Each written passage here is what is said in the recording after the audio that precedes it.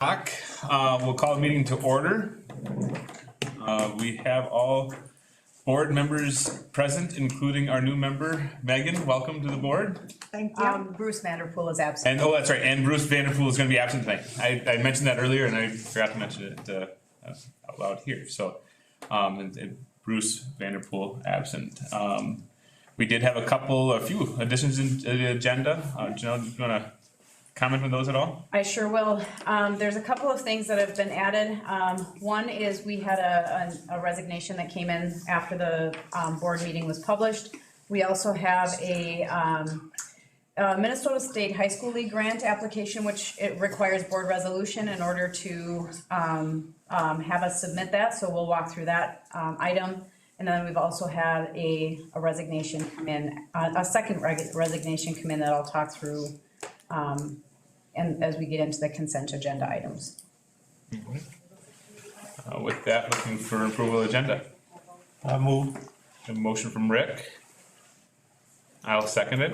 Is there any further discussions? Hearing none, all in favor say aye. Aye. Aye. Opposed say no. Carried. Public comment? Yeah. We have nobody here for this? Yes. Oh, you. Snuck in behind me.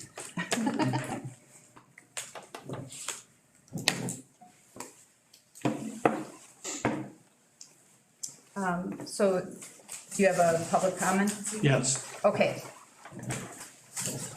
And I think did you happen to complete there's a document? My name and phone Oh, number. okay. So then, you see so you'll have, the way this is work is you'll have 5 minutes. And what will happen, we're up right now, so you can go ahead and Thomas just asked to open public comment. So if Okay. you're ready, you can just Where bring do that you to want me? Thomas. You can just hop here if you'd like, if that's Okay. okay. Welcome, Dick.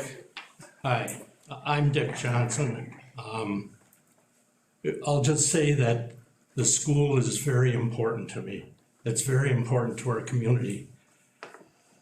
And I won't speak for 5 minutes. I was very concerned when I watched the last board meeting. I watched it like a night after. And I was a little shocked that a referendum has just failed. And within a week, you're talking about spending a couple $1 million. And I realize you can do it with health and safety, so you don't have to ask anybody. But I was very involved with Johnson Controls. I was on the Citizens Committee, and the citizens were not happy that that was done. So you just need to be aware of that. And my fear is that the next time you vote for a referendum, it may not pass. Memories, people have good memories. So, I don't know what else to say. I didn't create a speech or anything. I realize ventilation's important, and I was trying to, since I sold cars for a number of years, I tried to compare it to that. You've got a number of new ventilators. I don't know what the number is, but there's a number have been replaced. So are you just gonna throw those away? And you have to answer that. If I was working on a car, mine or yours or whatever, you don't do that. You replace what's bad. You don't just replace everything. And my only goal is to give you food for thought, because I want you guys to do what's best for our kids, because that's what it's all about. Thank you. Thank you, Dick. Any additional public comments? Any? Move on to the consent agenda. First, have you had an opportunity to look at the last meetings, the minutes for last meeting? Any questions on those at all? Otherwise, we'll go over to Cheryl for the bills and financial items. I was able to look through them and it was pretty much regular stuff. We're still paying off a few things on the new bill. A few bills from that yet. I noticed we replaced a lawnmower, with a used lawnmower. So we must have been looking out for our monies, but other than that, nothing really jumped up. We got donations. Janelle, little description on those? Sure. So the band donation was a specific donation specified for our band department. And then the Cherrydale fundraiser, you'll see that there are just a number of individuals who added donations on top of. And so we acknowledge those donations and appreciate the additional funds that were gave at that moment in time through the Cherrydale fundraiser. And then personnel items, I'll let you continue on with those. Yep, absolutely. So the overload request, what you'll notice is that there are a few individuals.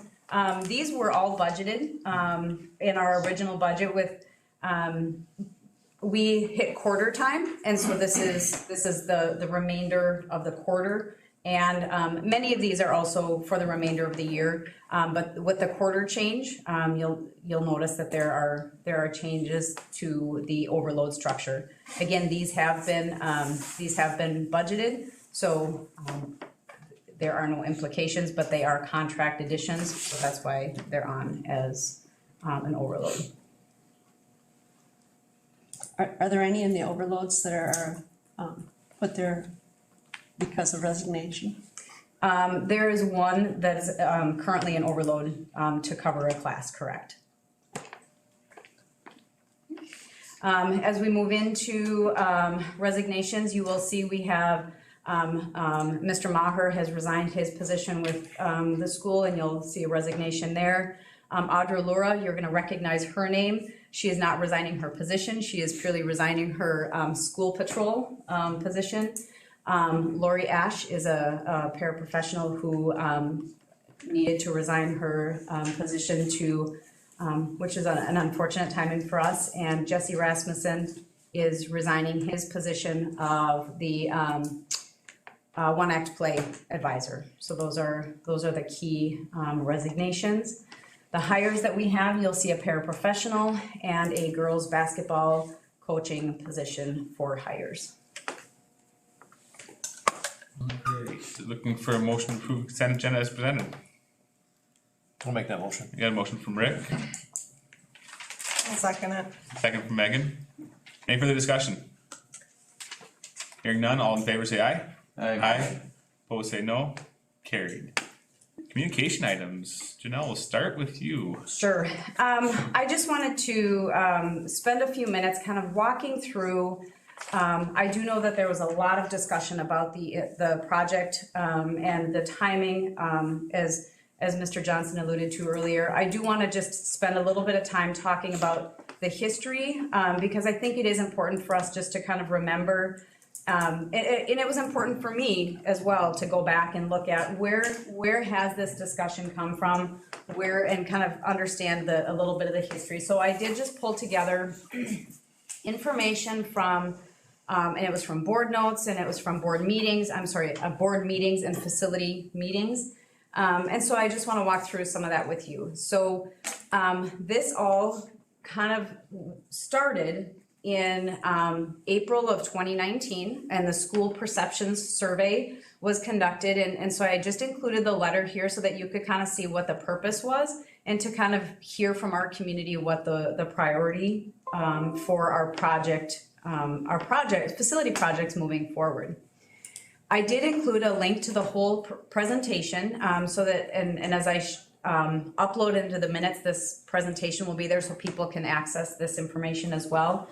So you can see the full report, and as you do just a quick once over, it's very thorough. There's a lot of information about who participated, what the history was of their involvement with the school district, if they have children, if they don't have children, and information like that. But I did want to just call out a couple of the key areas. And these were the top priorities for the facilities. And you'll see that replacing boilers and heating control systems in both schools, that was one of our top items. And if you recall, when the PAC was built, boilers were replaced at that point in time as well. You will see that air quality was a top priority as well in the top 4. So I just wanted to put that out as a reminder, and I've had multiple discussions around why was there this focus on the indoor air quality project, and it was really because this was an identified priority through our school perceptions survey.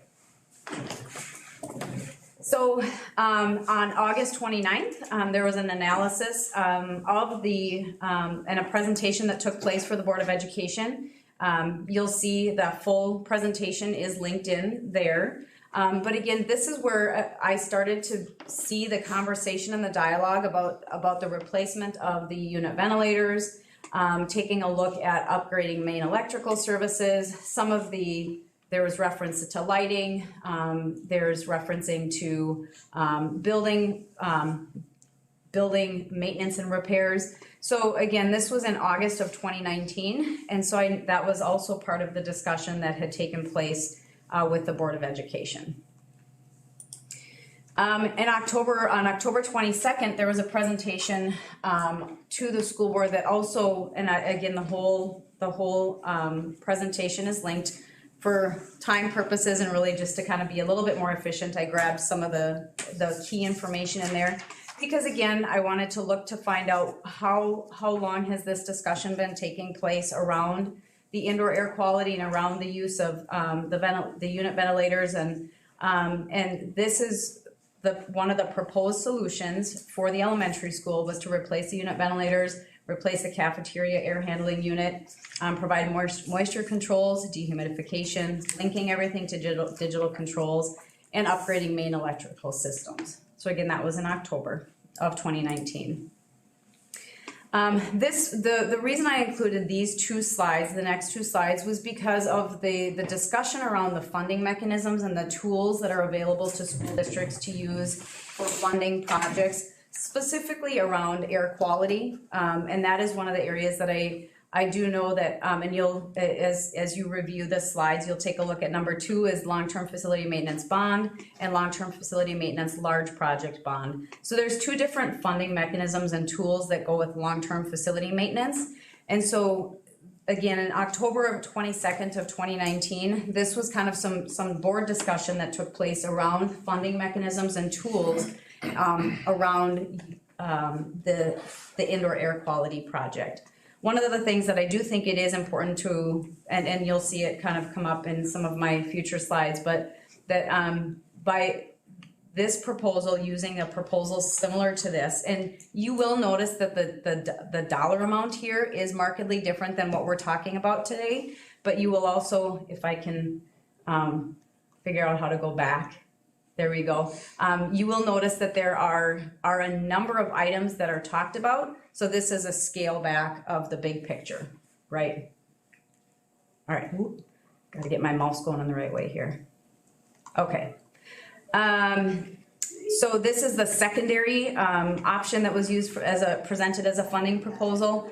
Again, I wanted to highlight that because at this point in time there was conversation about accessing energy optimizing financing. The project, as we've been talking about it at this point, does not contain any of those eligible funding. We would not be able to capitalize on that funding because we are not doing that project or proposing or discussing that project.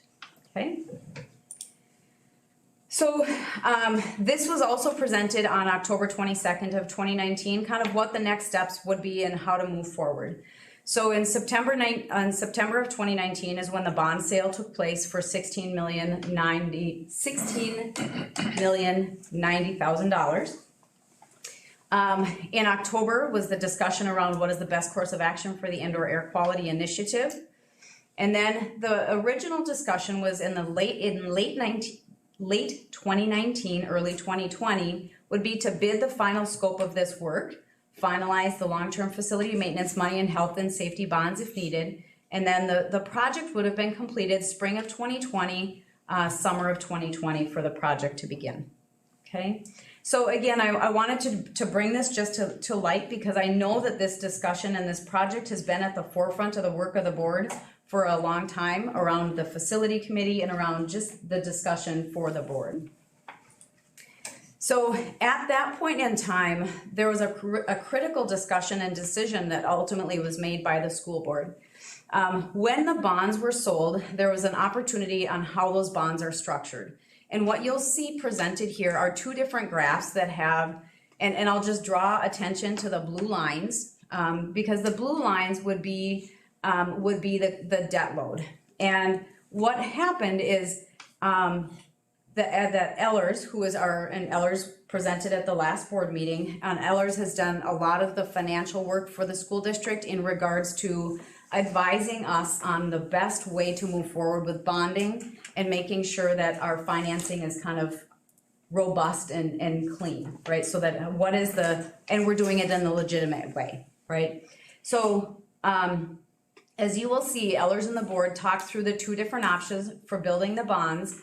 And what the board opted to do was intentionally leave a 5-year step down so that if we chose to access the long-term facility large project dollars, there would be no tax impact. So that's where you see this structure with a step down in the bond structure. So that took place in 2019 as well. So I just wanted to kind of bring that conversation back because I do know that, and I can tell you in full transparency, I've watched a lot of board meetings over the last couple of weeks. And so I do know that there's been a lot of discussion around this at the board level. So the facilities committee continued to vet out concerns and questions. One of the things, so I will just point out, so you're gonna see the name UNESCO, and then later on you'll see the name SiteLogic. They are one, I believe they are one and the same. They have changed names throughout from 2019 to today.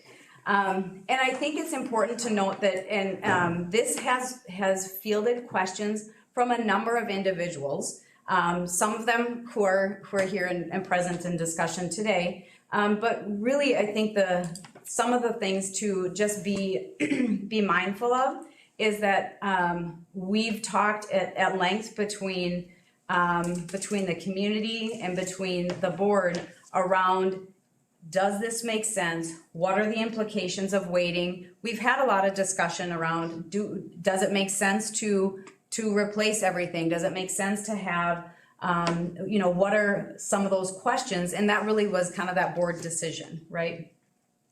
So this document is included really to kind of show again the history of the discussion that has taken place around this facility project.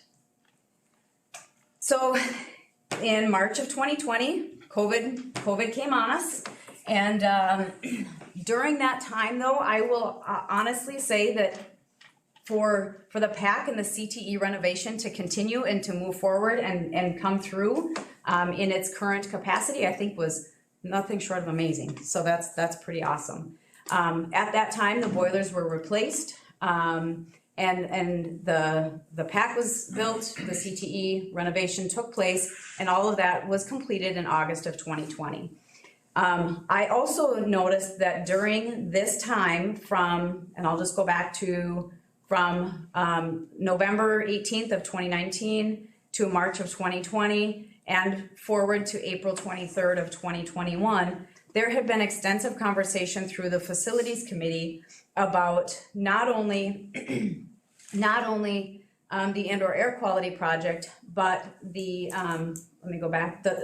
renovation of softball fields, what the board's desire is to resurface the track, what's the consideration for the football field. So there's been a number of dialogue and discussion that have taken place. On April 23rd, Mr. Bullard reported an update regarding all the facility projects. At that point in time is when he shared initially that he anticipated there would be some Esser funds that would be available to apply toward the indoor air quality project. So I just want to back up just a second to kind of I don't wanna make assumptions that people know what Esser Funding is or and we're gonna talk a little bit more in a couple of slides about the specific dollars, but Esser Funding is funding that school districts received as a result of the COVID-19 pandemic.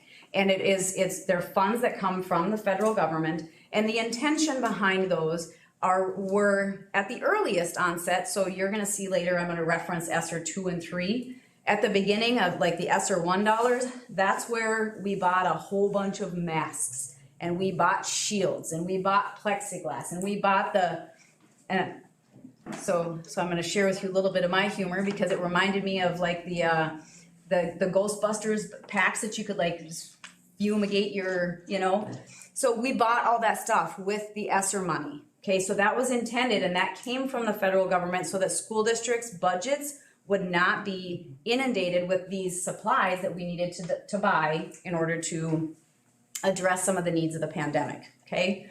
At that point in time, there was an identifier with some of those funds that if you are having air quality issues, you can consider the use of your Esser funds to address indoor air quality issues. So the April 23rd onslaught of discussion was around a stimulus package, which was called, it's the Esser 3 funds. And so what was discussed at that board meeting was that there would be there could be, and I believe that, I almost hesitate to say a dollar amount, but I believe at that point in time, it was about $1 to $1.1 million. Some of the funds that we received are earmarked, and they have to be used for learning loss. So that came out of that initial dollar amount that was discussed, okay? But this was a point in time when the school board had discussion or learned that there would be some funds available that the school district could use toward the indoor air quality project, okay? So on May 11th at a work session, and again, the entire presentation can be found at the link here. There was a scope of work that was discussed, and it was to replace 32 existing horizontal unit ventilators with new unit ventilators, vertical unit ventilators, and add dehumidification. The all-in budget at that point in time was discussed to be $1.85 million, and you'll see the items that were identified as that were covered, and then the caveat among others, okay?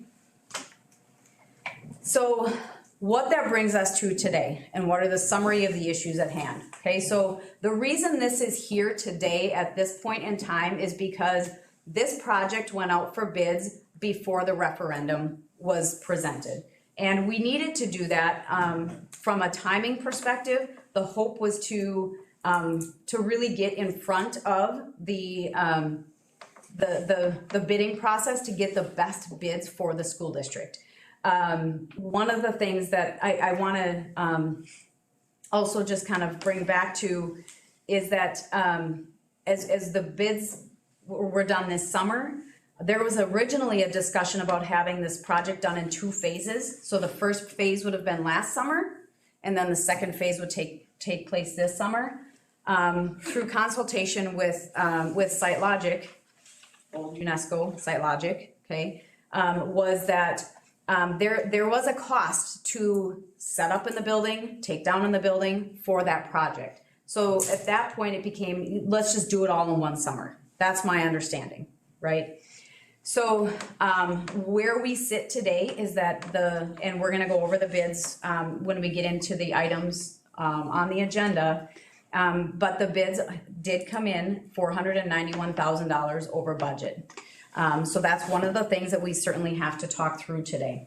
I do think it is important to take into consideration, one, the reductions and deductions that we did charge SiteLogic at our work session last 2 weeks ago to be able to say what are some of the reductions and deductions that are available and what does that mean for the scope of the project. So again, the reason we have to do this right now is because those bids came in. They were opened on, I believe it's November 4th, right here in this room. Steve was there, Michael and I were there, and it was kind of funny, because halfway through, when the second bid package was open, half the room left because they'd heard what they wanted to hear, you know, so it was a very public process. But we have to do something with that bid within 30 days. So we can't just continue so we have to make some decision on that process, okay? So, here's where I wanted to just remind you about the Esser Fund timelines. So you'll see, again, the Esser 2 and Esser 3. So we have $254,280, which must be spent by September 2023. And we have $718,065, which must be spent by September 24. Okay, so the total Esser funds that would be, that would be applied to this project would be $972,345, okay? So the other thing that is an issue at hand today is to talk through if the board, so really, as we get into the board agenda, item 1 is to decide what to do with the bids, and then item 2 is to decide how to fund the balance of the project. And that's gonna be the secondary component that we're gonna walk through a little bit, are the different funding mechanisms, and we're gonna get to that in a little bit. I do honor and recognize that this timing, it is hard. It's really hard to have this discussion right after we had a failed referendum. Again, the work that took place at our October work session, you know, we did outline that the bids were going out, and we would have to do something to address it. I would have, you know, in hindsight is always 20/20, right? But here we are, right? The other piece is that I do think we have to be really mindful and cognizant of is the expiration of the Esser funds, and the potential of not having the ability to use those funds, okay? So one of the other issues that we are going to talk through in a little bit is the long-term funding against the 2 different funding mechanisms. And I think what I might do is I might just pause here and pull this back up when we get to that portion of the agenda if it's necessary. Okay? So Thomas, I know that's not a huge administrative update besides just giving really, I wanted to bring some history and perspective, if for nobody else's benefit but my own, so that I could really help to guide the discussion of the board in how to move forward. Okay, so that's what I have for my report today. Thank you very much. We'll move on to committee organizational reports. I'll kick that off with negotiations. They're still going on with a few of our union groups, and started with some of our admin personnel as well, and still progressing, moving forward as expected and planned for all those negotiations. So we look forward to the future meetings we have scheduled, and closing up some of those negotiations as we get closer to the end of the year, hopefully. So that's all I have for any committee I'm with. Does anybody else have anything committee report wise? We have a West Central Ed. The last West Central Ed district meeting was pretty routine. We had some policy, final policy approvals.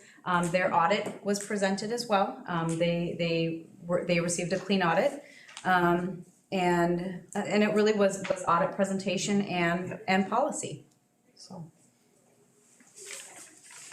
Anything else? Otherwise, we'll go on to student representatives. Hi. Hello. So I know I told you guys we had a really successful bake sale already, but we had another day after that, and I can tell you our final number was over $500. It was so successful we're going to do another one the week of the 6th in December. This time it's going to be holiday themed baked goods, and once again it will go towards buying Christmas presents for families in need in our community. Ms. Worth is also in contact with the family who is in need of clothes for school, and so we will be using some of that to provide those clothes. Awesome. We will be also doing gingerbread houses with the elementary schoolers on December 7th and the 10th. That's a Tuesday and a Friday. And we'll be sending out junior invitations to the NHS really soon. All right, so next is FFA. They had a competition today for floral design and horse judging, and I'm told they did really well. So good for them. All Student council. Okay, so for student council, we've been planning, a lot of our meetings are based on the blood drive, we've been talking about that. And we have good numbers so far, but we still use more. And then we're planning holiday activities for the school. For SAD, I'm in SAD too, this Wednesday, we're going to first graders and we're gonna make hand turkeys with them for Thanksgiving, and that'll be fun. And last we have sports. Girls basketball, their practice began last week and their first game is next week, Tuesday. Boys basketball began practice yesterday and their first game will be next week, Thursday. Wrestling practice started Monday, and then girls hockey has a game tonight at home. And then boys' first game is next Tuesday. That's all we got. Great, good list. Thank you. Do you have a way to get information out for any kids in our school that are in need? We haven't set that up yet. Miss Wurs was just informed by a para in elementary school who noticed the child wearing the same clothes every day and that specific family, but we're hoping to set something up where they can contact us and get on our donation list. Awesome. She's also helping that family make sure they're under the community center's radar, so they know what's going on with that family. I know in the past, the school has had different like trees set up, Yes. so that with cards on them of something that's needed for a certain student, and We aren't doing that through the school this year, but we're getting our trees. I think Michaela said she's gonna grab them from the community center. okay, Yes. thank you. We'll move on to new business. I just will comment that Rick actually pointed out, noticed, letter F in new business is not actually within the conversation tonight. So that will either be removed or just noted that that was not part of our conversation tonight. So we will be skipping F. No, Miranda, just pause. It's up at the top. The action items on the bottom are correct. Are correct, on the top, It's the top, front. so don't delete that. Yep. We want F, just not what F was set on Not the F at the top, front of the agenda. okay? All right, We'll go on to A, which is accurate, and new business, elementary indoor air quality review and consider bids. sure. So, again, here, we're kind of at the formal point to, walk through the bid package summary. So I did a link in the bid package, and, what you'll notice is, and I might just invite Scott, Munson to come on up if he wouldn't mind. So Scott I'll let you introduce yourself, and we'll walk through, and then I also have, if you wanna just walk through what this is and what we're looking at, that would be wonderful. Sure, so I'm Scott Munson, I'm actually, I'm the new for 3 weeks, I think, Director of Sales in the Midwest for SiteLogic. Previously was a superintendent for 16 years, so I don't miss these meetings, I'll be honest. But I will say, thank you to all of you for what you do, because being a board member is not easy right now. I heard, I wasn't honing in, but I heard some talk about Prior Lake and their board meeting, and it's not an easy job, so thank you for everything that you do. So this is a summary, and they've not seen this, or? This has been included in the board Okay, notes, yep. or in the agenda, so it's been published since Thursday. Yep, so you're probably relatively familiar with it, but we have different bid packages, and I'm gonna kind of look at mine as well. We had bid packages for general, mechanical, electrical, controls, and Mike helped me out, TAB, testing and balancing. So the selections that have an X by them in the first column are what we would term the low bids. So the low bid for the general bid package was, and if I mispronounce these, I apologize, Ebert Construction. The low bid for mechanical bid package was Centra Soda Sheet Metal, and you can see the amounts up there, hopefully. Low bid for electrical was Wilmer Electric. Low bid for controls was Yule, or I think that's how we say it, company. And then low bid for testing and balancing was Premier Test and Balance. And then on the very bottom, the ITT special inspection, that's something that I believe, Mike, is state required, that as part of a project has to be done. So the unfortunate part of and we did not anticipate this. We probably had a sense of it in the last few weeks with the some of the challenges that we've been seeing in the bid environment. The unfortunate part of this is that we anticipated bids would be somewhere around 1.5 million, maybe a little bit higher than that, what we call the construction budget. And if you were to take all of the low bids, are the ones that I highlighted for you, the total of those would be $2,017,645. So some of that is likely because we started finalizing this process for and with you back in May, right? So there's been 5 or 6 months since then. Secondly, you've probably heard about supply chain issues. Those are huge right now, and I don't know, Mike can speak to this as well, but probably getting worse. We hope not. And then we've also 3 weeks ago, I talked to a contractor or heard about a contractor who had said 4, 5, 6 weeks ago when I was bidding jobs or putting together bid packages like this, I probably would have used, let's say, $16, $18 per hour for labor. Now, because of the shortage of labor and a variety of other things, I have to use, in excess of $22, $24, maybe even $26 or $28 an hour. So we believe that's the reason that the bids came in higher than what we anticipated. Let me stop there and kind of pause for questions, or Janelle, if there's anything specific you'd like me to cover with this that hasn't been covered yet. I'm gonna just pause and let board members, if there's any questions from the board. And I did write down, I think when we put bids out, we put them out just like all companies do on a program called Procore that contractors have access to. And Mike, I think we had 150 plus people who accessed Procore and 46 or 48 who actually opened up the documents and really dove into them. So typically that would be, and the number of bids we received would be pretty positive, and we would think that they would come in at or below what we budgeted. But like I said, because of those other factors, unfortunately, they didn't. When you took these bids, was it for a specific unit, a named thing? Yep, it was. Did you give them an option of bidding something similar or that would do the same job? We did, yep. We bid, I believe it's called an Airedale vertical unit ventilator, which is one that we have put in projects or had installed in many projects that we've had a lot of luck with in terms of effectiveness, moving air, doing what they're supposed to do in terms of efficiency, doing it at a high rate of efficiency and not consuming a ton of electricity or utilities, and also from a longevity perspective. So we did spec an Airedale unit, but right below that we put some language to the effect of, or an alternate that we would approve.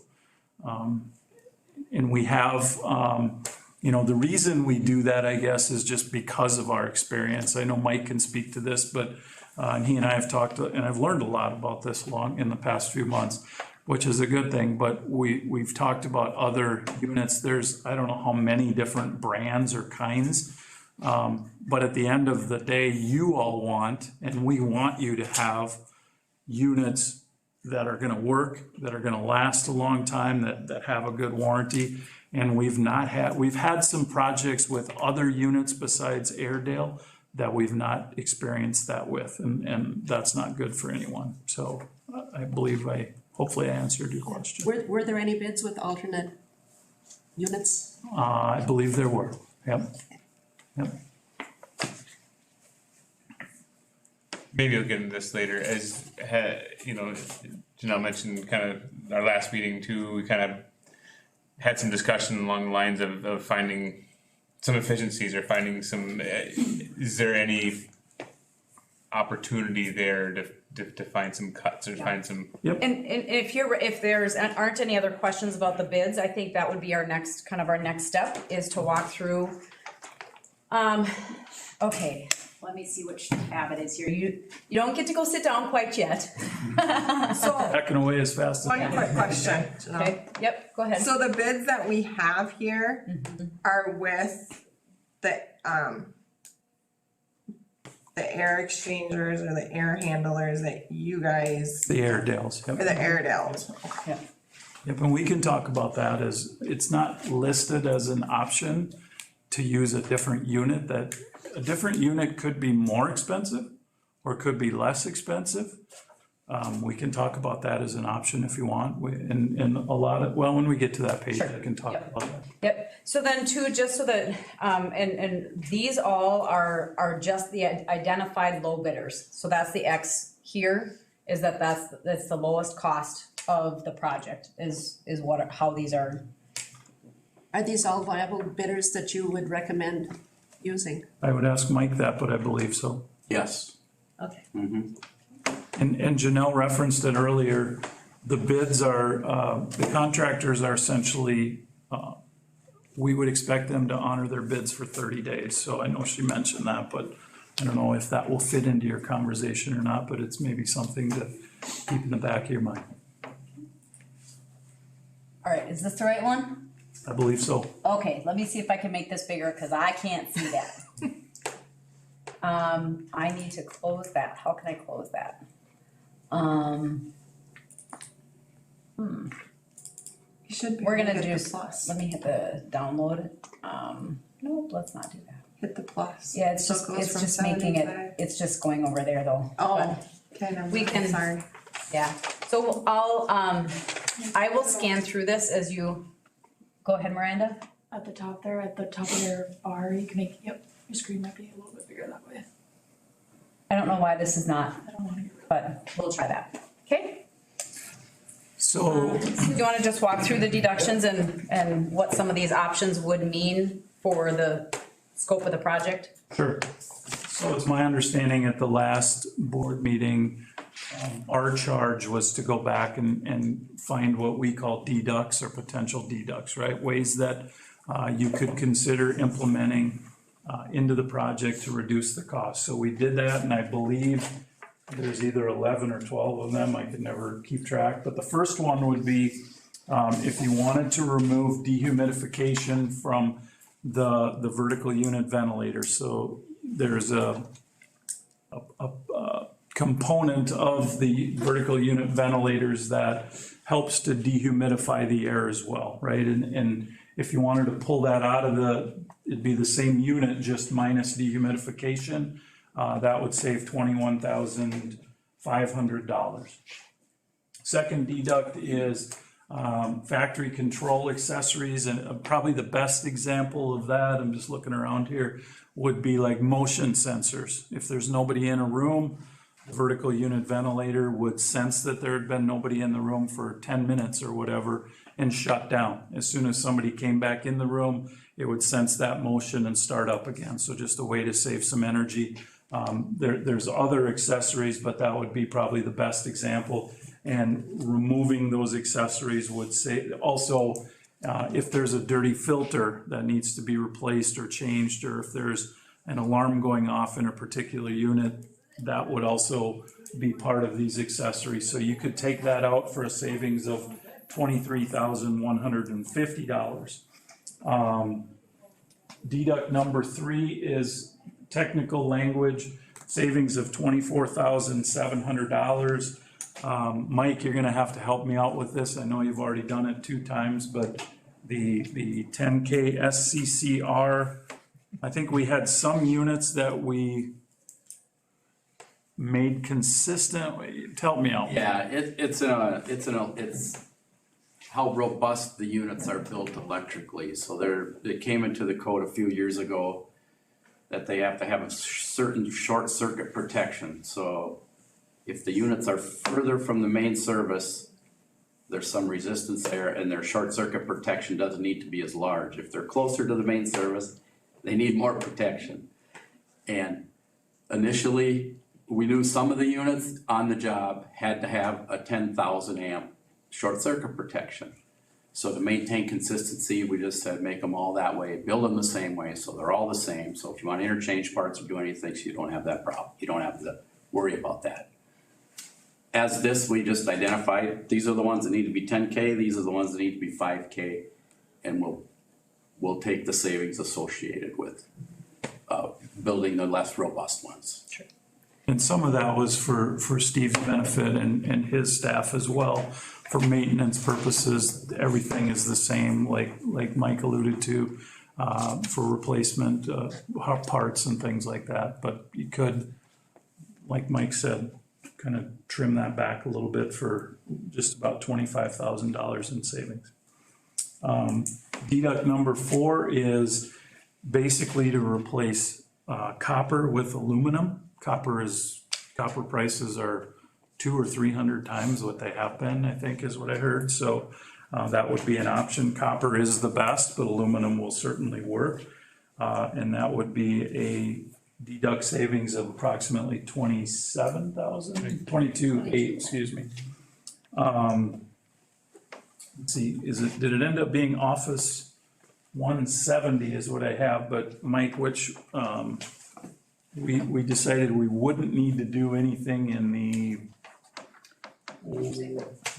There's in the music room, Music, yep. there's a unit that hangs above the music office that serves the unit room. Well, with the new vertical unit ventilators, that space isn't usable, we're gonna relocate it. So, this is just, we would abandon, well, the number 5 is just some roofing work. So if we move, we don't use that unit that's above the office anymore, we cap the roof instead of, doing a full roof replacement repair. That's the $995, right? Yep, $995. So we go down to number 6 then, am I jumping ahead, Scott, or? No, number 6 is the music office as well. Number 6 is the music office unit. We were gonna take that unit out and get rid of it, all electrically, mechanically and everything, because we were putting the new unit in another location. So what we're just saying here is, you know what, we'll just abandon that unit and leave it up above that ceiling and just put the new unit in. So there would be a unit there, it just wouldn't be functional, right? Deduct 7 is, On that one. What was the savings on that one? 5640. yep, 5,640, sorry. Deduct number 7 would be to not install a new unit in the boys' locker room with a savings of $24,160. Deduct number 8 would be no duct work for room 166 is at the office. There's a small office in one of the rooms.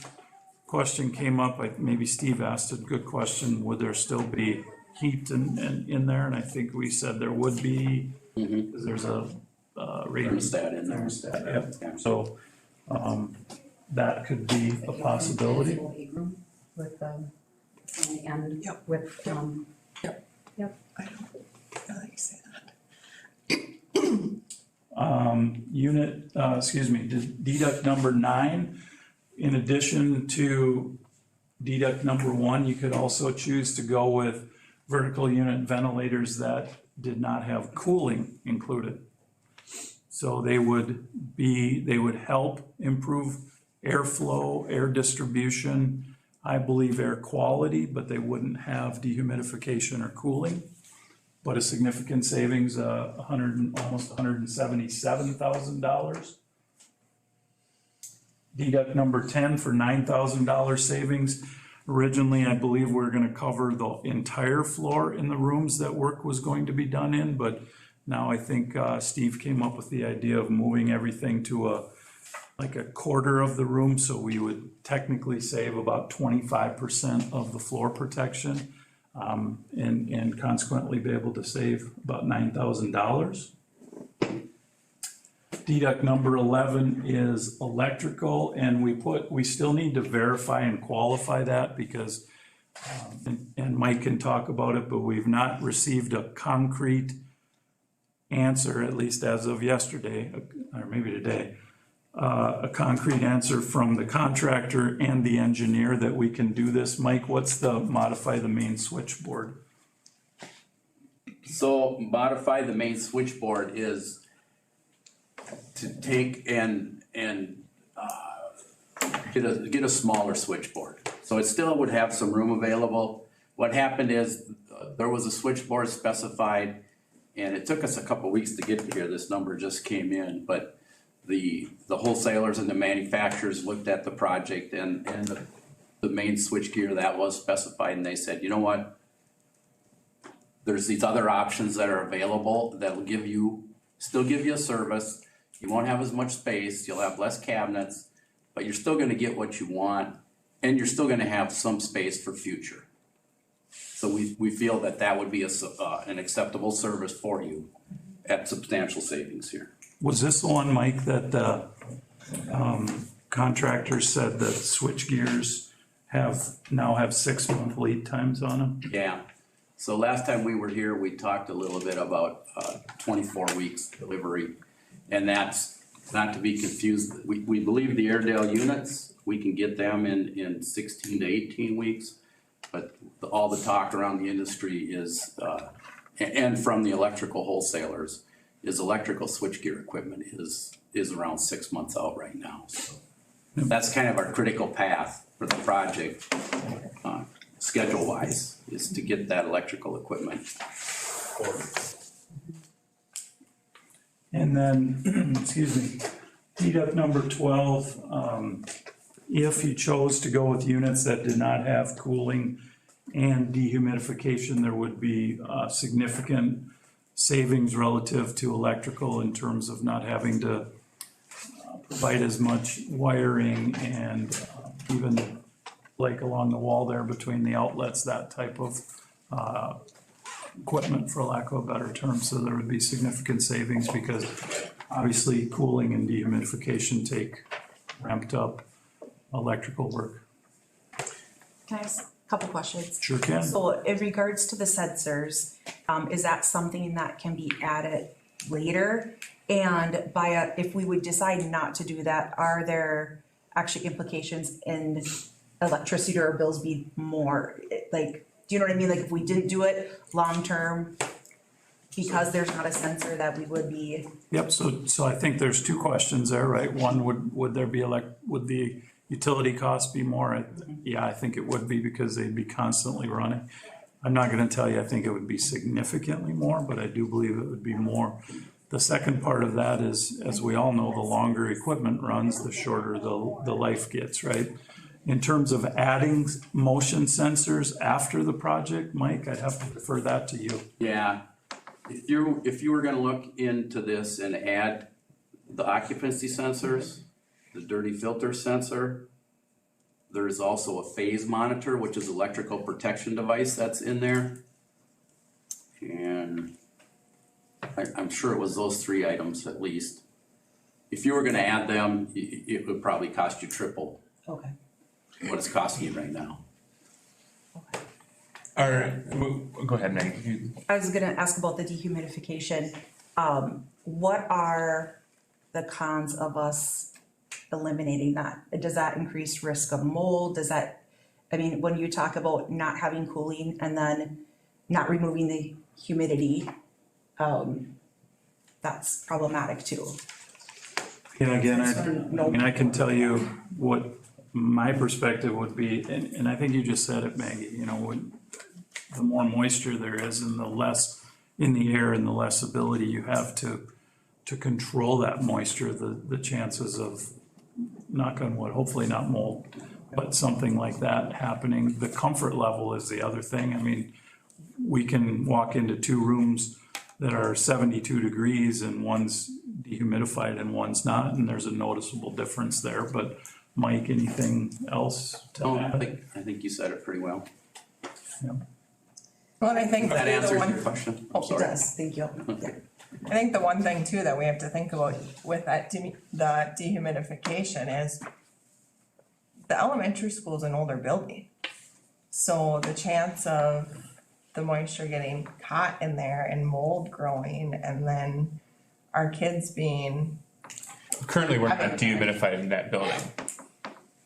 Or at least most, if not all of those, and, you know, what's been our mold issue in the last 20 years with the units that we have existing? That part of my argument on that, what's our frequency of running our unit ventilators in our most humid months of June, July, and August?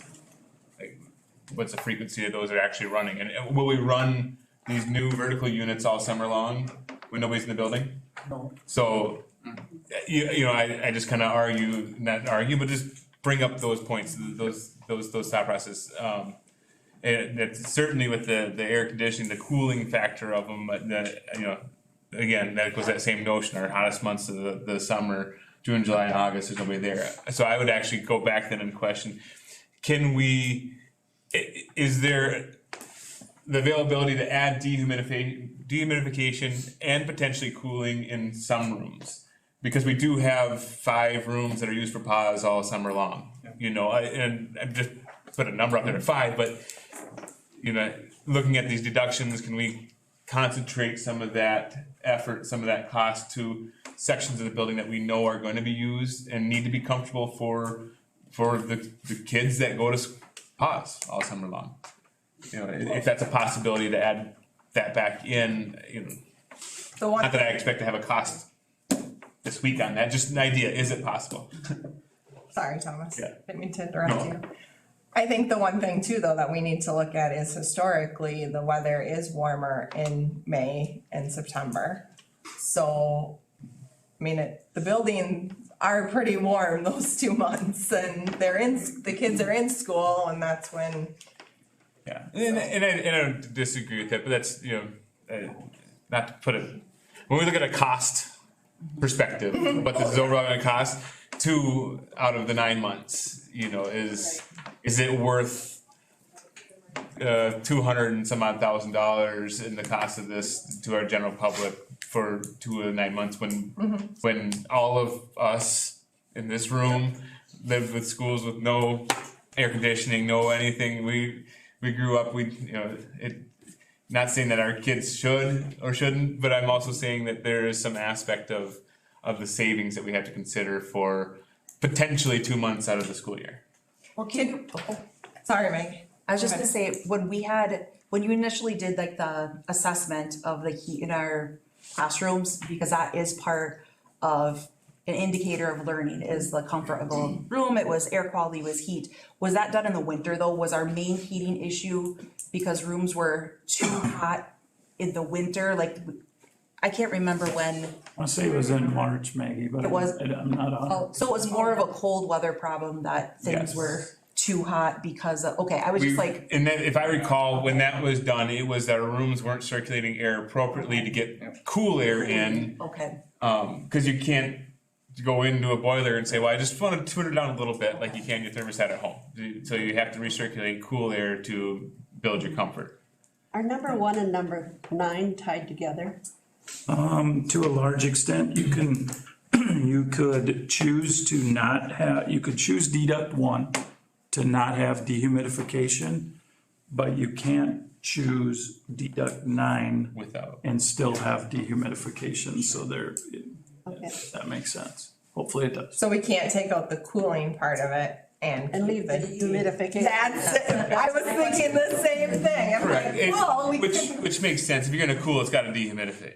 Yep. Humidify that as well. But that's the part that I, wonder, just have that concept that, if approved, if we have that availability to say, well, there are certain rooms that we are gonna wanna dehumidify, we are gonna wanna cool, for that matter, but then there's 1/2 of the school that's never occupied, except for, our staff that works really hard in the summer to get it clean and prep for the next school year. And the other half of the school is occupied with our students and staff. Mike, is that a possibility to put Sure it is. dehumidification and cooling on some units but not others? Sure. Yep. They're a different type of unit, Yeah, yeah. yeah, absolutely. So if we decided not to go with the cooling, which is number 9, would the number 12 savings be on top of that? Yes. Yeah. So we'd be looking at $402,000 Yeah. savings if we decided to go without cooling. I didn't do the math, but I'll trust your number. Well, She's our finance gal, so we have to trust her, right? I heard her talking about the bills, so I assumed that, yeah. Yeah, those, I mean. Number 12 is an estimate, we need to do engineering to really figure that out and probably get a bid, but. roughly $400,000. Yep. Would be saved, Those are the large ones. without putting the extra cooling into a couple of rooms to help with. Correct. Janelle and Steve, have you heard like from the elementary staff, and I don't mean to put you on the spot, kind of their feedback on the cooling portion? Do you hear a lot or what's? I have not. Okay. So, So- but there again, Okay, doesn't mean it's not a problem just because you haven't heard it, but okay. Correct, yep. I was just curious if that was a big thing that the. yep, I was probably new enough that they didn't Right. wanna tell me. That's why I don't want to put you on the spot, I was Yeah. just, I think the one piece that I too have not heard, you know, Okay. specific conversation one or the other, but I did come back to, and I was, when I looked at the school perception survey, and I can grab that, you know, again, they don't, like, stick with me here as I scroll up all these slides, but, the initial survey that came out, right there, talked about improve air quality / add air conditioning. So I don't know if that was a very specific question in the survey, and I can look into that a little bit more, but that was, so that's where I saw it referenced back in the initial survey that went out, in the school perception survey in 2019. The few elementary teachers that have contacted me said their biggest worry is the air quality.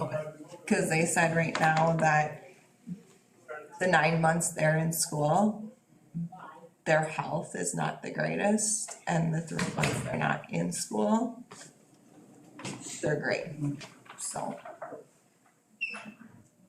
But they didn't necessarily say the air conditioner or not. right, I'm just trying, and that's helpful, because it's like, is it a need to have, or it's like, that would be wonderful, like, of course, you know, but then you have to weigh in, you know, does it hinder, you know, our kids learning because they're in overheated space? But it sounds like that's more of the winter issues that we've been seeing by us not being able to actually reduce our heat, so, okay. If we were That's year-round, helpful. it would make a big difference. Right. That's a different can of worms. No. Okay. Are there any other questions about the potential deductions? So I do have a question about the boys' locker room. I know of her locker rooms are, I don't even know the word to describe them. They're in need of some TLC. Most of them are. Right. So how does that impact those students? I know people aren't in the locker room for extended periods of time, but why was the decision to not do that one versus others? Is it because of like the number of minutes a student would be in there, or what was some of that? I would speculate, so Mike, do you remember why, as one of the deducts, we picked the locker room, boys' locker room, or Steve, you'd have to help me out on that. There was radiant heat in there and it just wasn't, it was picked because there is radiant heat in there and it wouldn't need all the air exchange in it with the people, with the kids that they aren't hardly ever in there. Right, Yeah, so. that's what, That would be my question, how often are they used? right, Yeah. How long Are are they they in used there? anymore, the way kids Yeah. don't That's take good. showers and they don't, we don't have athletic teams down there as much Right. anymore, that's what we have No, the here. pack here. Yeah. makes sense. And then, oh, sorry, another question. So going from copper to aluminum, what is the difference in like life Longevity. span? Mike? I was told that nowadays the aluminum is pretty good, but it's not copper. The aluminum's there, it'll work longevity wise. I think they put there's a good insulator on it, that there's a good coating on it and it works better. Sometimes in maintenance, you know, they have to lug down aluminum a little bit more than copper. So aluminum has a little more expansion contraction. So they gotta shut down services and tighten bolts to make sure things are well, but, I would have confidence that aluminum work good and last a long time for you. I think that was all my questions. Sure, cause I can stand it. Sorry. My only other question would be then, I guess, with the consideration of deductions is, with the acceptance or not of letter A here within our packet tonight. We don't need to have decisions made on the deductions. No, It's just a matter of, No, I didn't. So I think, I guess to answer a little bit of that question, probably the next, let me find my agenda here. So I think the way that this would go would be, and actually, I'm gonna pause for just a minute and ask, both Mike and Scott, are there any of these considerations that would change, that could potentially change a contractor's, desire to accept the project? Good question. I don't think so. Okay. It could, but in my discussions with these contractors, I don't think anyone's gonna have an issue with it. Okay, They all want the project, which was reflected in the numbers, and I think they'll work with us okay, on it. okay. If you do decide to not go with the dehumidification or the cooling, that does change things a lot, so. So can you say more about that? What is the variability that would change? Cause I'm sensing that might be a discussion point. I think, you know, I can jump in for a second, Mike. If I were a contractor and I felt like I was going to get $1 million worth of work, and I'm not being critical of anybody, right? I want everybody to know that.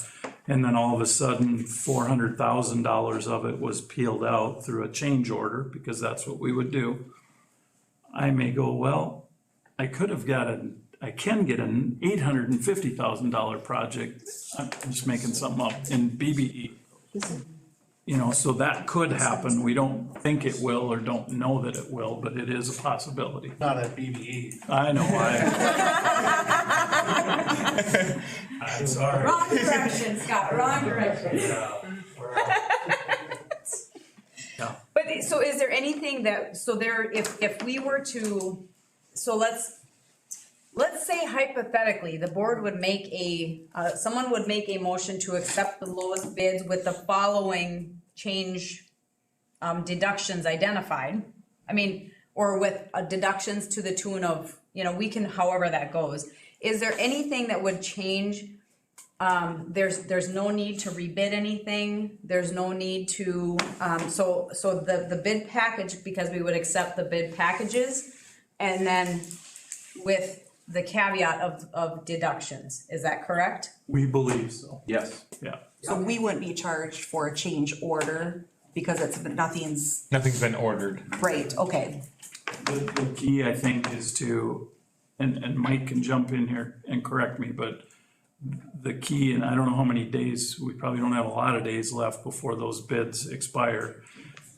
So the key probably would be if you wanted to move forward with the project, and we're here whether you wanna do it this summer or 2 summers from now, if you want us to be, okay?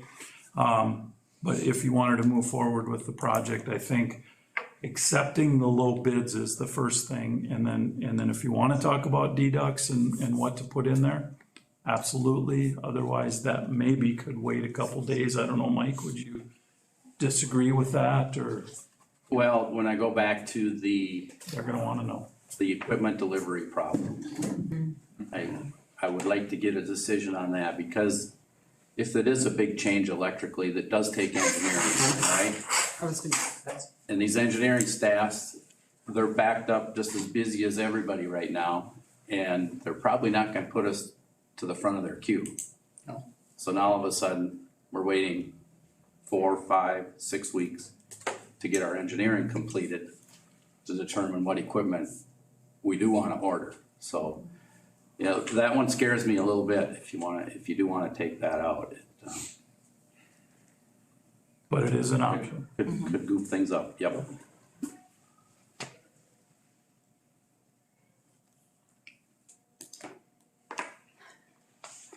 So board members, there's kind of a big discussion or decision point. Any other questions? Thank you, Scott. Thank you, Mike. Thank you. Very much appreciated.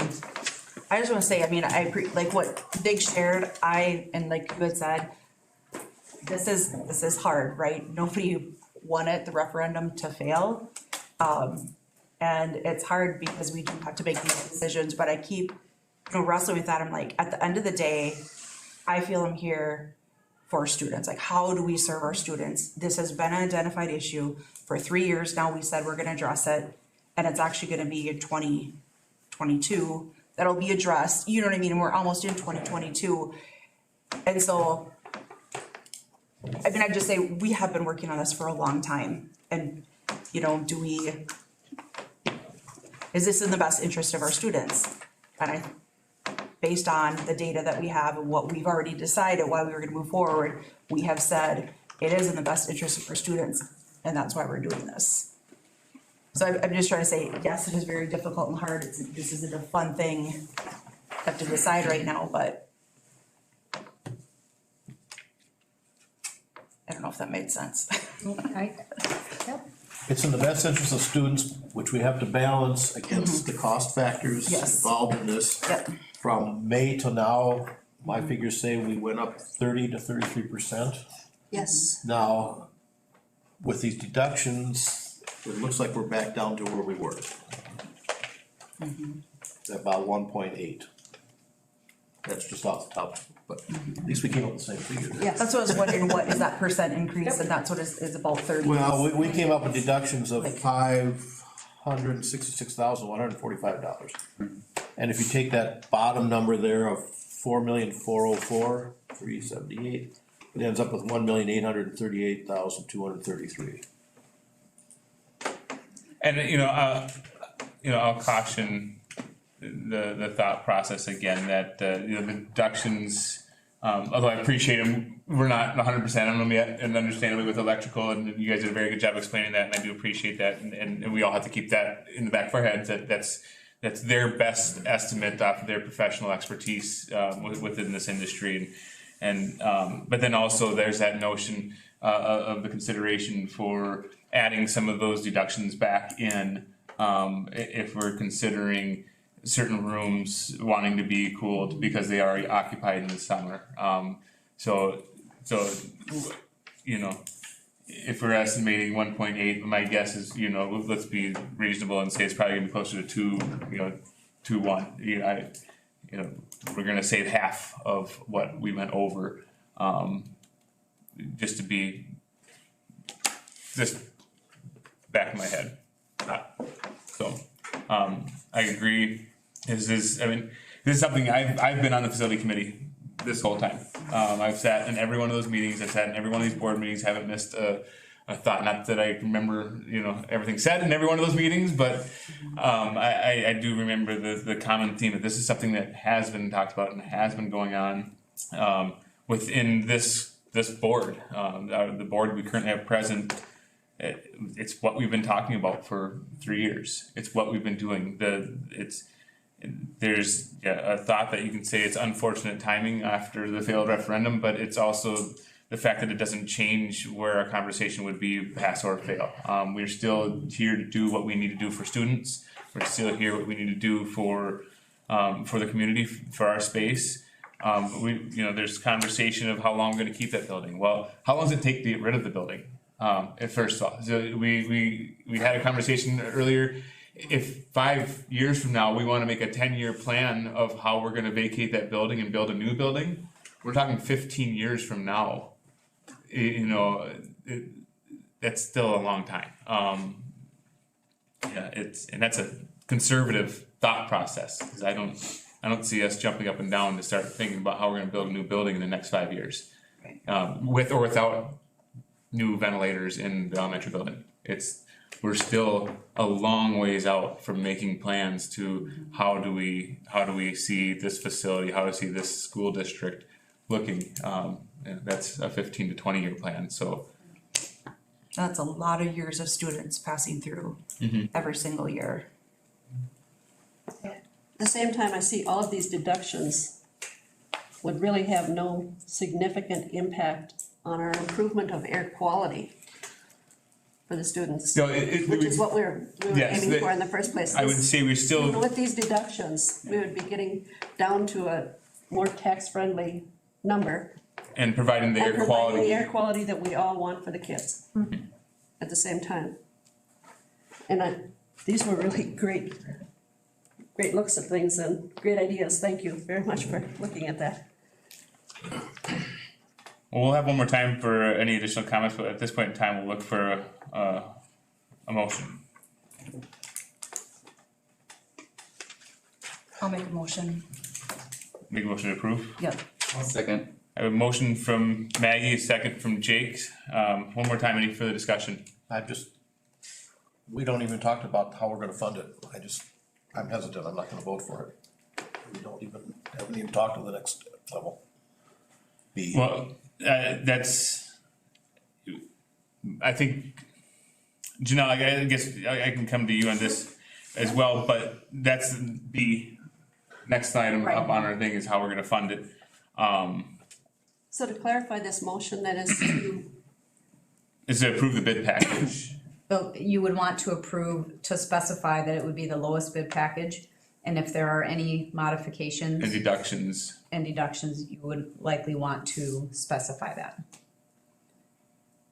We wanna specify them here as well. You would wanna specify that, is there a, and I don't know that it has to be a specific item per se, but I think, I do feel like this is the place to have the decision and the discussion around what are you supporting moving forward? If you're supporting, if you're supporting the package with no dehumidification and cooling, are you supporting all the deductions as presented? Are you I feel like this is the place to do that, because I think that also, I think this is the place to do that. Can we, You want me to? would it be appropriate if, like Rick, what you were saying, that we table it till after we do the next item? Can we do that? Would that make more sense to you, Rick, if we talked about, do you know what I mean, if we flip flop those two agenda items, is that? Yep, I think Can we do that, would that help or not? I'm sorry, I'm just asking the question, I'm just saying, is that gonna be helpful or not? Yep, we certainly can, yep. And, so the two items. So I think we have to make that official, I so, don't know how we do that or what. just we have to make that a motion to table it to the end of the conversation, or how do you? And does everybody wanna do that? I'm just throwing it out Yes. there if that's a better way to go through it. What does everybody think about that? Yeah, I agree. I agree. Just I would like to switching table it. So then we're just tabling it until we talk So talk about, funding, talk about and funding. then we're not tabling it for the next board Right, meeting. yep. Thank you for clarifying that.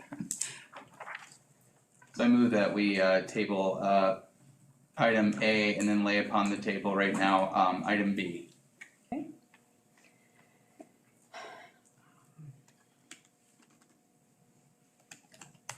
Do we need a second for, I'll second. Do we need a vote? I don't think we need a vote, I think it's just a, We can, okay.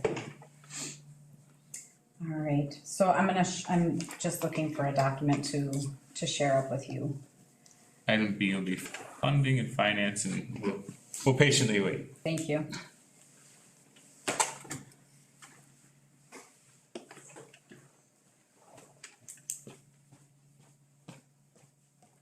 Okay.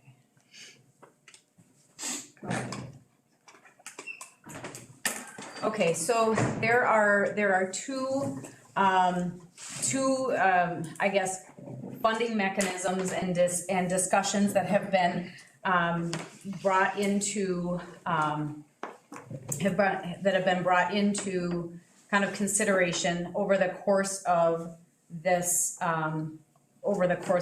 project. The first of which is, they both are gonna use long-term facility maintenance dollars. So, the piece that's gonna be probably the most tricky, and so I'm gonna try to use, so it's gonna be, we're gonna talk through bonding against the annual revenue that we get, which is per pupil, and we receive approximately $374,000 per pupil annually for the purpose of long-term facility maintenance, all right? So I'm gonna pull up a document for you, and we had a little bit of conversation about this last, at our last work session. And one of the big discussions was around our roofs and where are we at with our roofing system. So this is, I'm gonna update this document for you.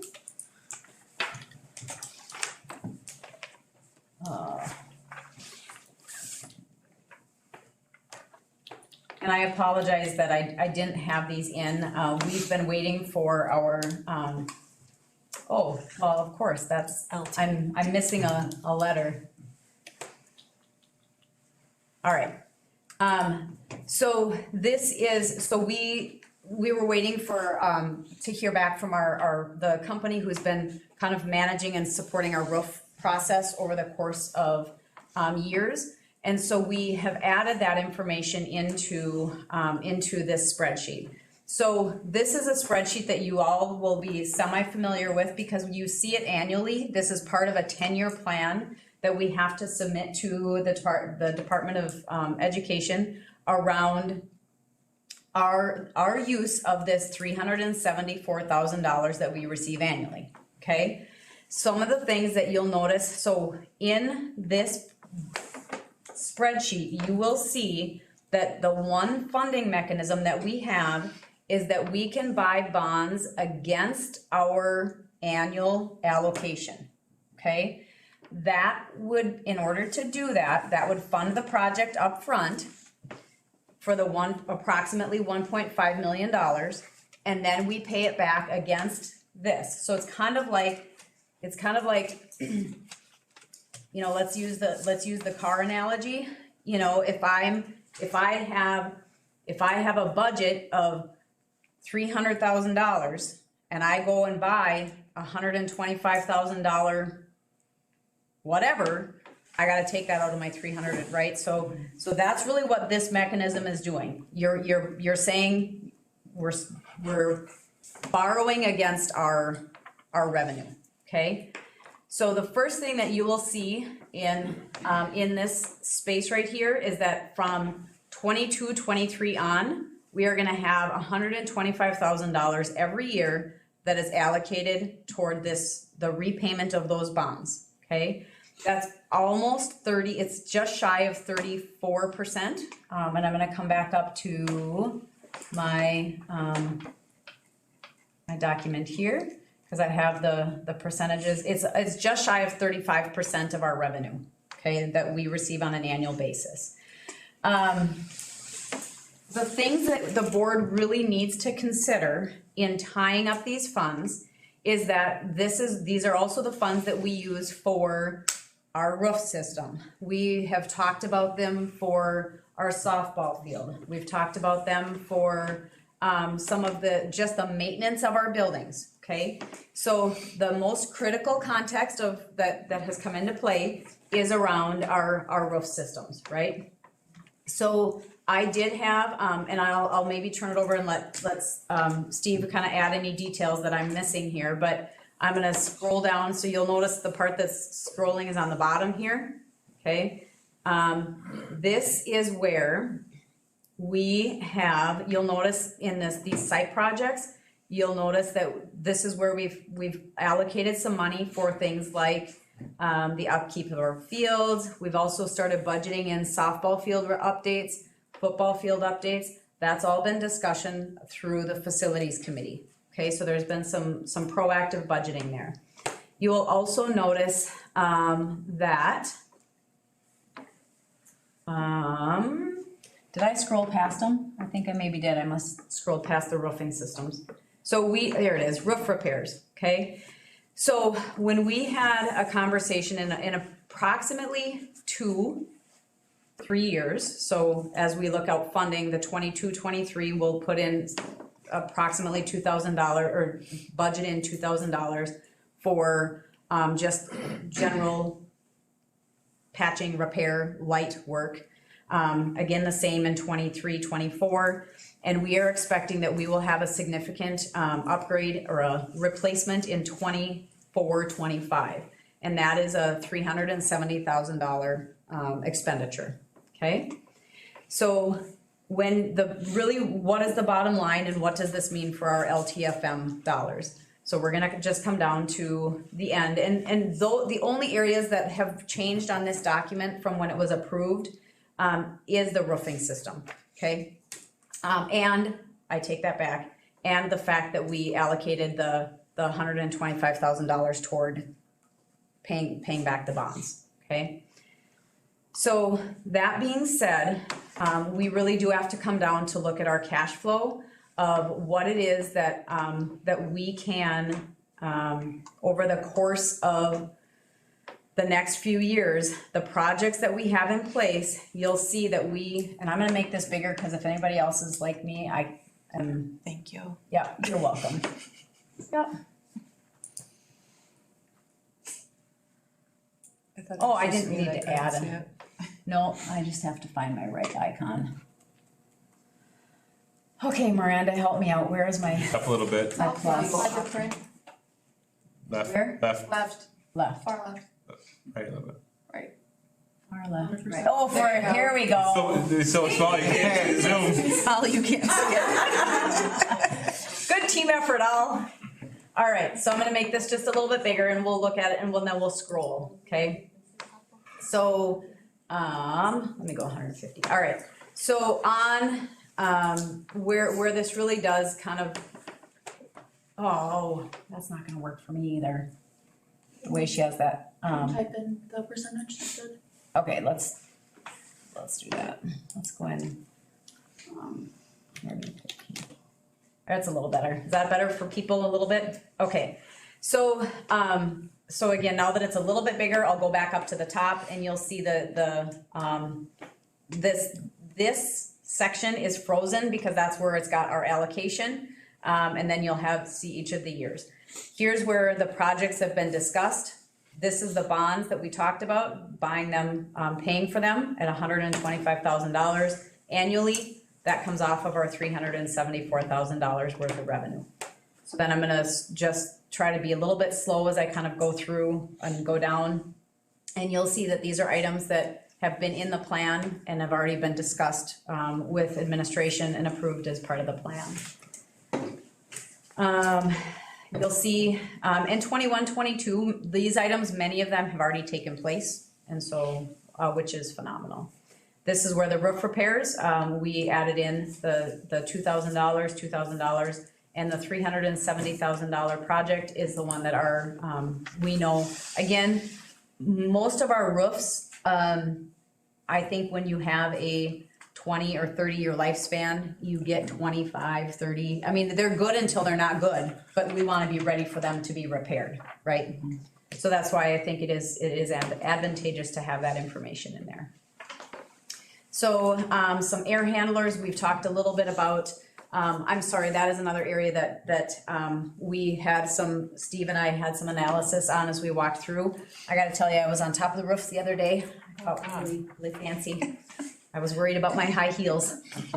I did not have high heels on that day. But one of the things that we do have some air handlers that were installed in 1968. And so we are just trying to be mindful of any of those. They're structurally, like the big unit in and of itself is okay, but like the attachment stuff and the mechanisms inside, they're from 1968.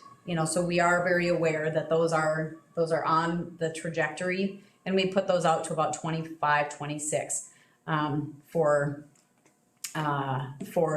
be aware of the air handlers. Is this something that's repairable? The air handlers, so there are components of it that are repairable, and there are components of the structure that can be replaced to increase the efficiencies. I guess maybe a question is, I don't know some of those, 1968, if everything is gonna be feasible to repair any longer. Some of them are, like, some of the things on the edges of them are, okay, you're gonna really learn how quickly I am not there's a reason that Steve has the job he's got, right? So, that there's stuff that butts up from the main unit that goes into where all the ducting is. Those pieces they're supposed to be pliable and moving so that you can they're rock hard. I mean, they're very clearly deteriorating. And so as those break and as those, you just have to be really mindful of, can we replace that thing? I don't know. I mean, those are questions, but they're working and they're doing what they need to do. Are they the most efficient? Probably not. Am I concerned about finding parts for them when they're 1968? For sure. I mean, I think those are things we have to be mindful of. And the contractor or the individual that Steve spoke with mentioned that the whole thing does not have to be replaced. You can replace the innards The of insides it. of it, the steam heating That was coils my mainly. my Yep. big question was, can we Yes, not have to buy a whole unit and Yeah. replace the correct, whole? yep, Yeah. yep, So you leave the skeleton or the structure and put The the good stuff back inside. yep. Yep, okay, so that's been added into the plan. You'll see, there are some, again, here's one of the areas where we've talked about, some site projects. You'll notice in 23-24 there is money allocated, and we've been planning for some softball field updates, football field updates. The football field water, pipe assessment. So just a reminder, that's the one that goes under the field, that the city is hoping to coordinate our time together when we are doing some form of work, that they can do that at the same time. So that was at our work session, and I think it was October, we talked about seepage and we talked about lining the pipe and rerouting the water line, okay? So those are identified in the project or in the long-term facility maintenance funds. You will see, we did talk about, we incorporated the money for the shot clocks that was talked about at our last board meeting. Should that become the direction that we have to go. So we did put some money into those as well. These are a couple of things that have been on there for long term. Environmental, fire alarm testing, supplies, some of those types of components. And that brings us down to really the heart of where we sit with our long-term facility maintenance money, if we allocate that $125,000 against our funds. So it's just and then you'll see where we've got this year, we are anticipating $545,000 carrying over, so we'd have $608,000 next year, and then in 23-24, we would start into the deficit spending, and that would be then cash flowed out of our general fund. Are there any questions on that? You were deducting for $1.5 million. Yep. And if we take all of these deductions and the Esser funds, it comes out to $865,888. So this $125,000 was applying the Esser funds. So that the Esser funds are removed. So this would, if we deduct $400,000, we would take $400,000 off of this. It's not including deductions at this point in time in conversation, it's not Right. worth conversation. No, I just that the numbers would be different on the board is what I was specifying. Yeah, not significantly, 300,000 maybe 1.2 versus 1.5. So instead of a Potential. yep, so instead of bonding, having to pay back $125,000, could we bank on $100,000 possibly? Could it be 100 and I don't have that information without Ellers running that for us. Right. So as we look at this projection, in alignment with our general fund balance, right now we're at a healthy place. We worked really hard to build that. What does that look like, do you know, like kind of a few years out, taking from our general fund for the deficit here? I will have to look at that. My biggest concern, I guess, with that is knowing the uncertainty of where we are. That's fair. So, are there any other questions about this context? So then the other context for discussion is let me pull up. Let me just grab. The other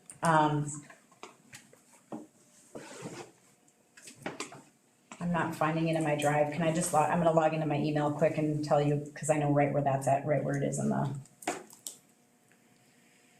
On here.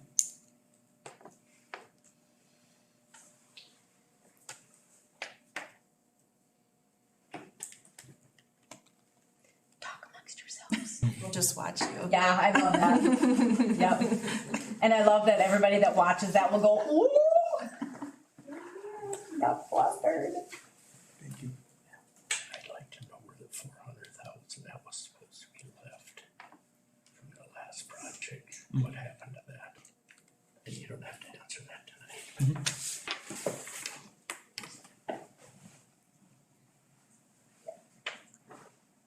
Okay.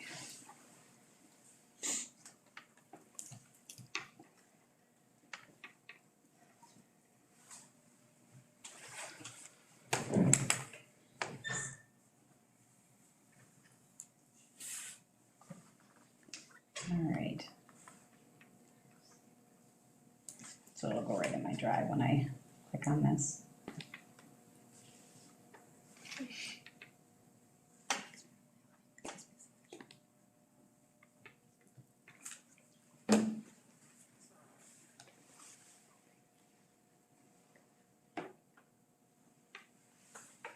All right, so these two documents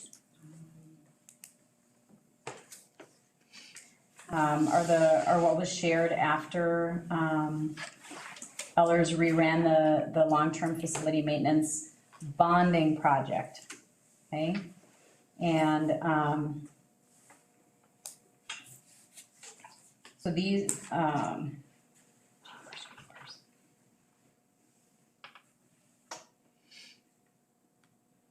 wait, I just am flustered beyond all get out. Sorry about that, you guys. There we go.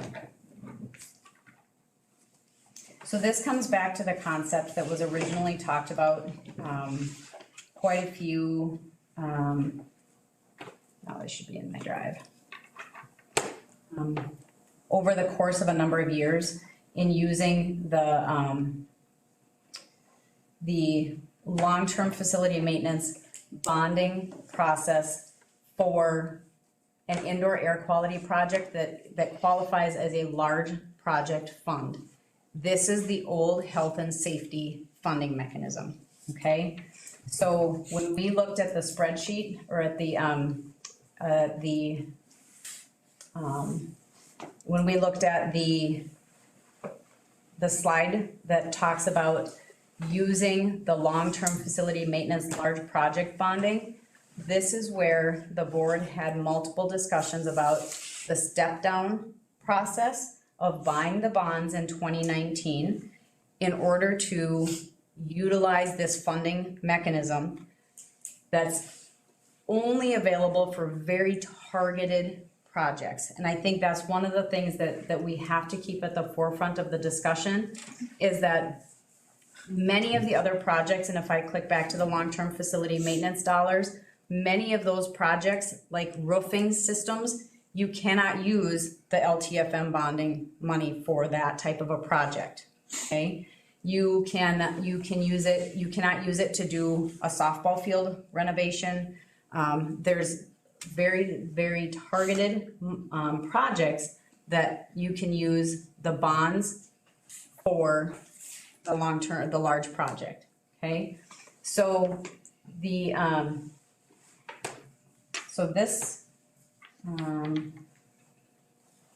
this one that I'm sharing with you on the screen, and I'll attach these as well.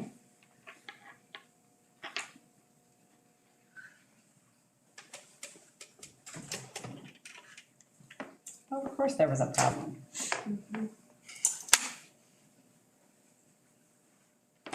Okay, here it is.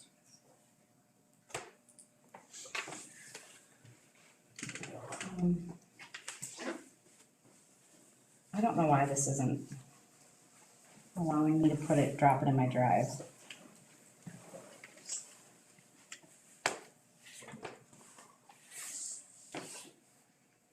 Do you need somebody to put it in the drive?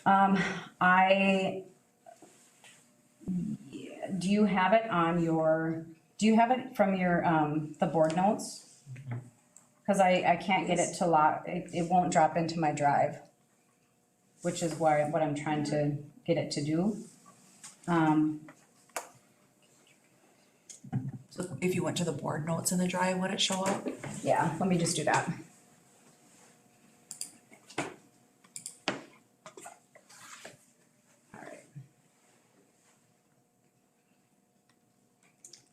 Oh, here we go.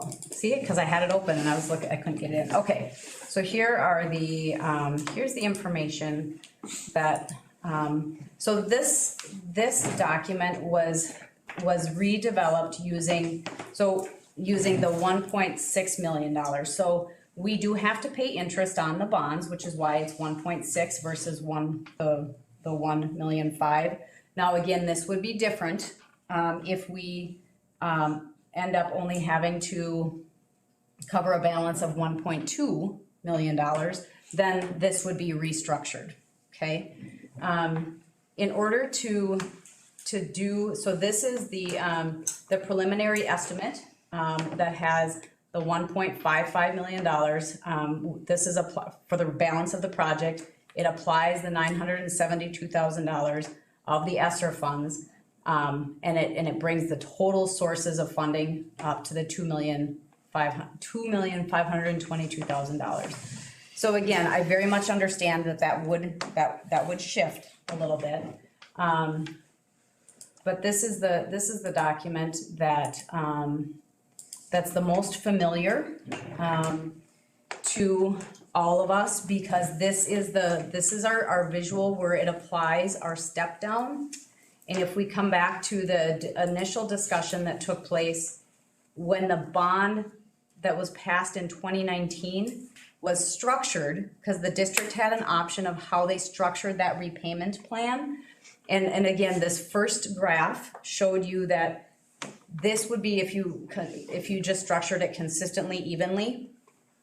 But there was a decision made that at the first 5 years, it would have been a higher amount, and then there was a drop down with the intent to look at funding this project. So that's my understanding of that discussion in 2019. And I did have extensive conversation with Ellers about this again, which is why it's so important to look at this document with that reminder of this takes into account putting this project into that step down, so there would be no tax impact for our taxpayers.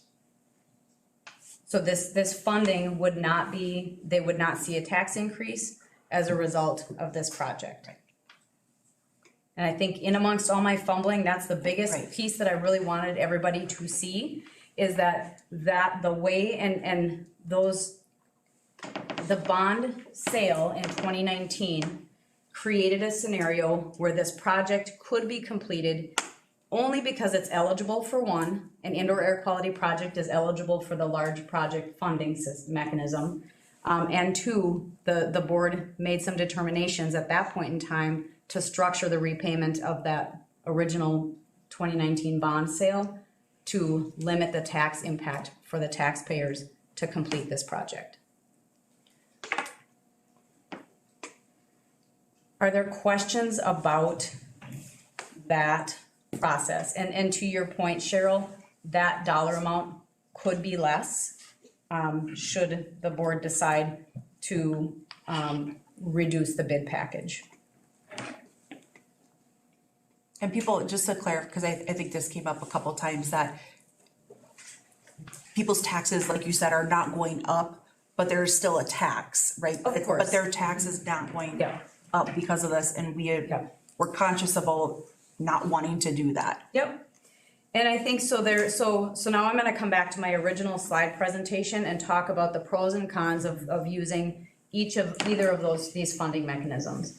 So when you use a long-term facility maintenance funding against our annual allocation, one of the things is that there is no implication on a tax statement that the board authorized the use of bonds without a vote, okay? Now, again, I just wanna be very clear that this legislative authority has been granted to school boards, okay? The cons, what I see as cons, kind of identified in using the long-term facility maintenance funding against our allocation is that it does tie up approximately $125,000 every year for the next 15 years. So I did ask a question about, can that payment structure be, could it go greater than 15 years? And the answer to that was, yeah, you could structure it to be longer. One of the concerns with that is that the units and what we're looking at are what is the life beyond 15 years? Would we be having some of this? We just have to be mindful of that. The other piece is, on the previous. As we move into the next piece, I'll talk through also that if we structure it differently on the other type of a bond, we could see tax impact. So part of what Ellers has done for us is really looked at and analyzed what they would recommend as the best possible structure in order to maximize our revenue for one, and also limit tax impact. Okay, so I did include a roof update visual for you. This is super rough. I honor it's super rough, but I will also tell you that I thought it was pretty important, and I'm going to zoom in a little bit, because what you'll see is that some of our roofing systems are 1922, 1993, so that's some of these older sections. And then you'll see we have some that are really updated, 2015. We've got 2001. So I do want to be mindful of time in that roofing discussion. Just know that, again, they're good until they're not good, and then we have to really be, I would hate to be playing catch up and caught off guard from a roofing discussion. And I do have to say, I have to thank Bruce for pointing out the map, because he said, I know there's a map that's got, so it was a good resource to bring in here. Again, the dates of the roofing range from 92 to 2020. The heating systems beyond the boilers, I did want to point out the fact that we have some of the air handlers that we are watching for, and then also just to be mindful again of, and I've heard the board talk a number of times about the priority of bringing our softball field up to bringing it into a more comparable status to our baseball field. So we've had good discussion about that as well. So many of these items that I'm highlighting, the roofs, the field renovations, those would not be eligible. You could not use the large project funding mechanism to do those projects, okay? And then, so what are the pros of that large project bonding? The way I saw them is that it does maintain our long-term facility maintenance allocation. The indoor air quality is a very specific project that's eligible for the funding mechanism. I did have some people ask me questions about, why are we looking at like the horizontal, the vertical unit ventilators versus the horizontal unit ventilators? In order to access this funding, MDE will not approve a horizontal unit because it does not have it does not support the airflow that they're recommending for indoor air quality projects. Approving, they're not eligible for, do you wanna add I had on a that? question. When I was doing my research online to get more information for myself, when we're talking about vertical or horizontal, we're not talking about how the unit sits on the floor, correct? It's the airflow that they're referencing. No, more, more, really. both, Yeah. Oh, really? both, it does sit more horizontally, so, or vertically, I mean, yes, Vertical. yes, yep. Yeah, the ones we're looking at are vertical, but the term for vertical and horizontal in a lot of cases refers to the airflow, not the positioning of the unit. Correct. Right, okay. I was confused on that point at one point. Sure. So the other piece and one of the reasons that, the bonding is, different for, school districts is because it does, trigger the egg tax credits again. And then the other, in my mind, when I looked at this in the big picture, this does maintain the tax neutral status that the board looked at in 2019. I do very much understand, and this is the con, is that it is a local tax levy. So those are the things I think that I would like the board to discuss, and let me know if you have any further questions. So you say a local tax levy that doesn't affect my taxes? Because of the way that the bond was structured in 2019, correct. Otherwise, my taxes would go down. Right, Okay. okay. If the project does not, yes, if the project does not move forward on that 5-year, it will step down. Okay. Yep. It just doesn't increase from where it is. Is there any thought to can you mix and match these at all? That's a good question.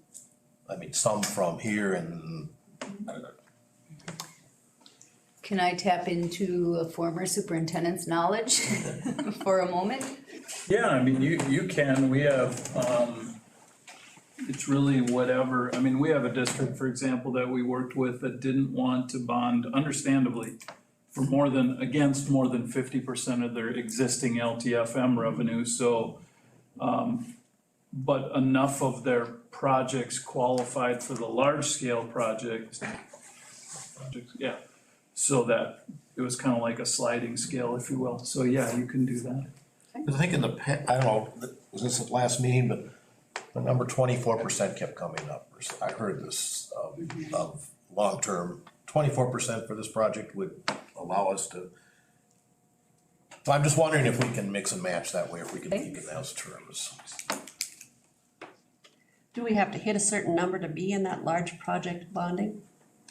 No, it's just whether or not the project is eligible It's for. qualification, it doesn't Yep, it's if it qualifies. specify a number. Correct. I take that back. It does have to be over $1 million. Over, $50,000 project, but when you lump them together, that's not very hard to Yep. get to. thank you. So yes, it has to be a certain dollar amount over, but I don't, as we talked through this, we were nowhere near having a concern.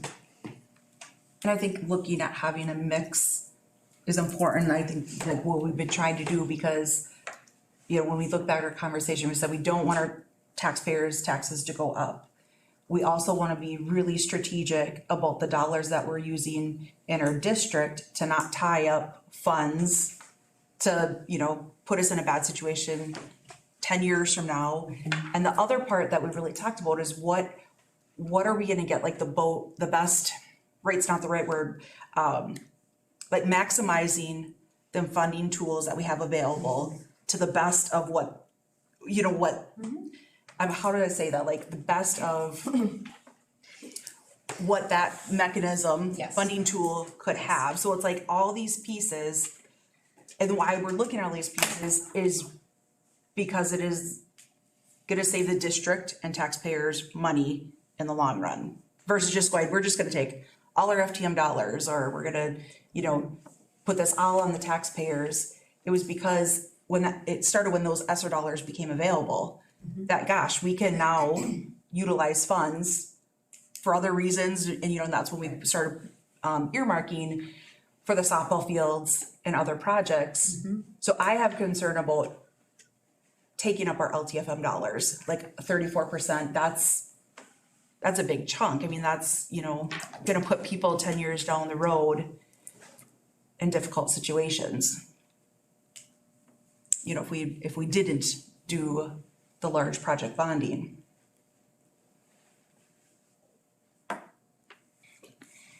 What are people's thoughts kind of on? So my question is, and maybe you guys have discussed this at previous board meetings, with this being my first one. But, so we have these bonding funds for the large project, or for a large project that we're already getting, right? Long-term facility maintenance is what we're getting. The large project Is this is the Yeah, this one, tax but, levy. so, Okay. okay, so then if we don't use it for this project, what, Let me back up, cause Okay. this is not, this is a super question. So the bonds that we're talking about here, the legislature, so Minnesota has given school boards, specifically school boards that are typically in, so I'm gonna get a little bit weedy, but they're called property poor districts, which means that a lot of our levies, a lot of our funding, when we use a levy, falls on our residential, okay, so bonding, is a different funding mechanism. And what they've done is they've given local school board authority on certain health and safety type projects. So indoor air quality, if you have fire suppression, if you have somebody, like, let's say we fail a fire inspection and we have to fix it now, then we can use, okay, so but the school board has been given that authority to sell bonds and levy the taxpayers for very specific projects. That's different than the bonds that we sold in 2019 to build the building. But you're asking the 374, the long-term facility maintenance money that we get, that's a no, it's more the large project. project, okay. Yep, sorry, yeah. Yeah. And maybe my question wasn't the best, but I just. No, so when you say, so what we would do is we would sell additional bonds. Okay. To pay for this project. But the way that the repayment plan or the bond structure was done in 2019, back to that, it was done with that step down so that there was and yes, if the project does not move forward, taxpayers would see a decrease in their taxes, or the district, the board could choose to use that funding mechanism and maintain the tax structure. Okay, so this So it's isn't like new. money that we've already Nope. gotten from Nope. past bonds? Nope. Okay. Nope, it's different money. That's a super question. That is different money. Yep.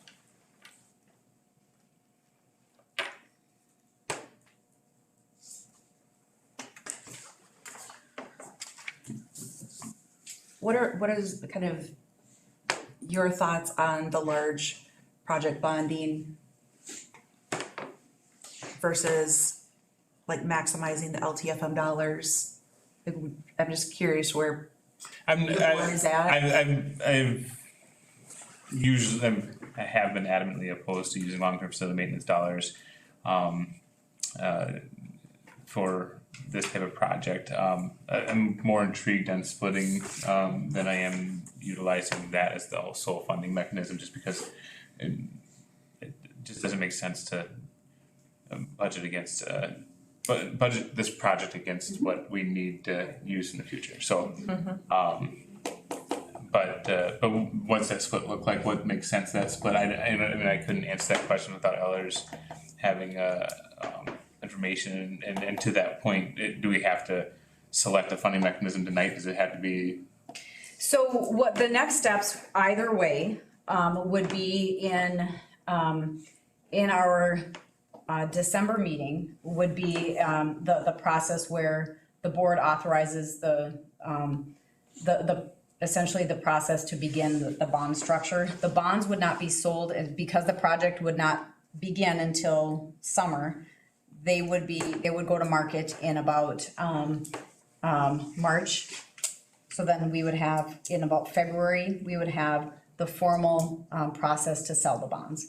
So I believe that we could use the December meeting to determine the amount. To finalize Of that. which one would, the amount of which would go where.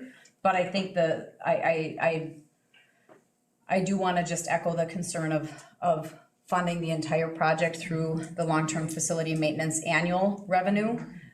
Because I do think that does, that really puts us in a pretty reactive situation that may not allow us to take care of our buildings in the way that I think we've been trying to do. And it will impact our general fund, and we've been very conscious about trying to keep that in a good place. Yep. So I agree.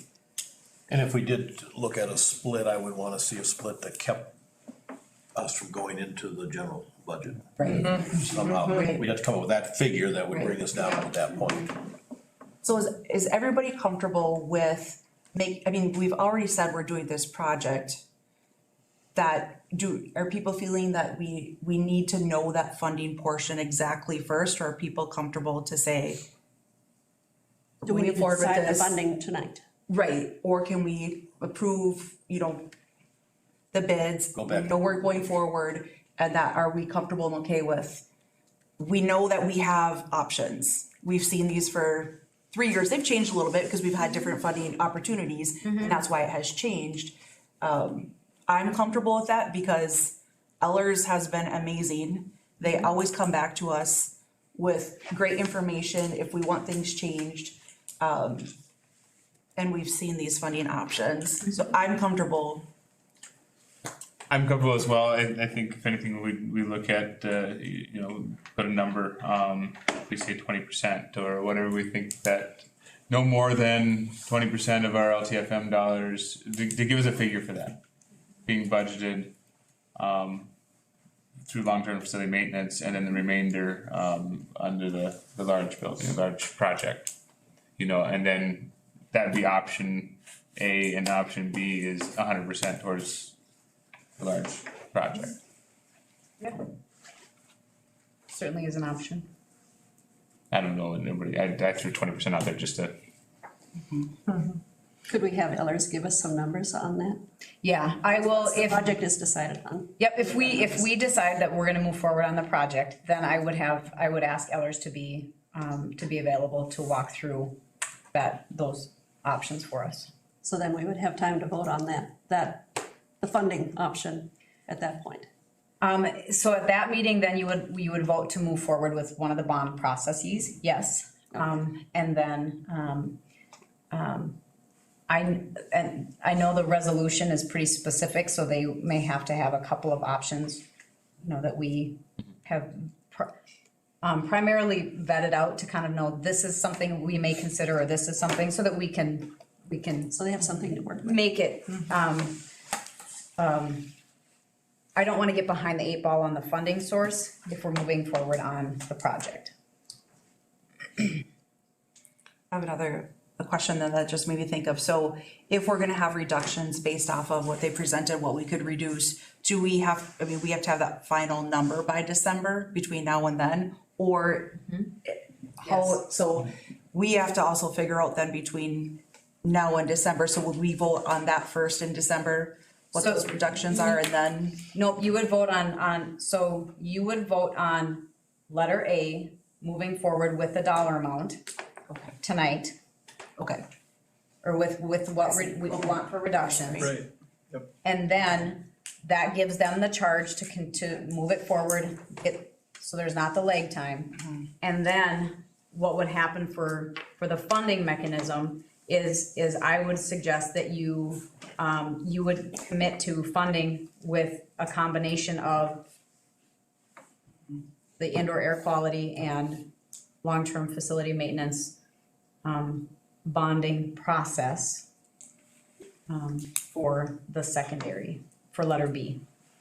So you would do the first project with a reduction so that it's clear that that's how the project was approved. So that it was clear, not approved at the full $2.4 million. It was approved for at the lowest bid with the identified deductions. Janelle, can I ask her, so Esser funds are out of the conversation? No, they're in. Yep, That's the 900 and. the 900 and, so the 900 and, here, I'll come back to this document that took me forever and I really got all flustered. $72,345. So this one is, so this is the balance of the, so 972,345 is applied. Got it, okay, thank you. Yep.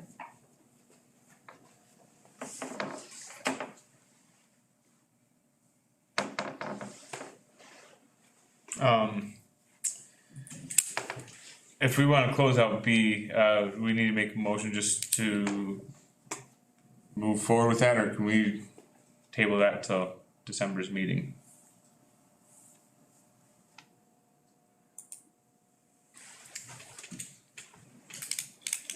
What is the board comfortable? And if anything, we're just making a motion to be presented with options, but we can't really move forward with B until we move forward with A, which is why it kinda A was before B.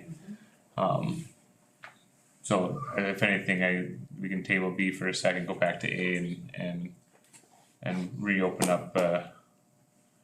with that. And if we had to have deductions in mind, for that, we should be fairly clear on what we're looking for deductions.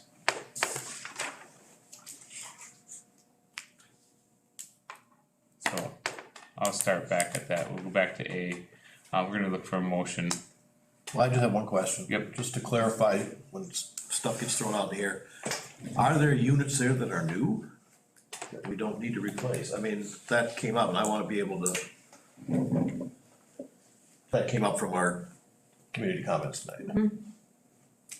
Not that I'm aware of. Not that I'm aware of. Okay, I just, Yeah. I wasn't either, and I just. What would be the newest unit in there? 15, 10? I don't have that information, No. I guess, but I can get it. But it's not within the last 3 years, like, we did not 5 purchase years any or- new ventilation. Hasn't been So 3 years like- since I've been on the board. No, I don't remember that one. I know, but I think I'm glad you asked that, because I've been asked that too, I don't know where that kinda came from, that, Yeah, Yeah. we had some some original, new- some have been replaced. but they're not new. Yeah. by any means. There's been replaced units, or there are replaced units in there, they're not original to the building, but But I don't Right. remember some of the other ones. I think they're either all or mostly 1994 vintage. okay. So they're That's vintage? switched. That's what I was thinking. I thought the same thing, Meg. What's that make you, Maggie? Okay, can I, these are the elementary, the additions, the air handling systems. So what I have, the map here we go. Now, this is a moment when my multitasking did not get the best of me, and I was able to actually find what I wanna show you. Because this is in,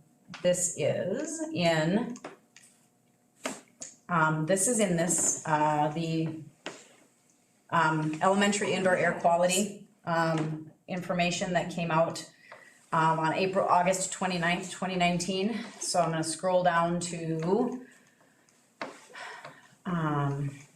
the elementary air handling systems. Okay, so right here, I will, make that a little bit bigger. So you've got the 92 air handling units, 1940 air handling unit, 1955 air handling unit, and 1992 unit ventilators with steam heating coil. So So those are the years old. ones. So 1992 is. So 1992 appears to be, Right.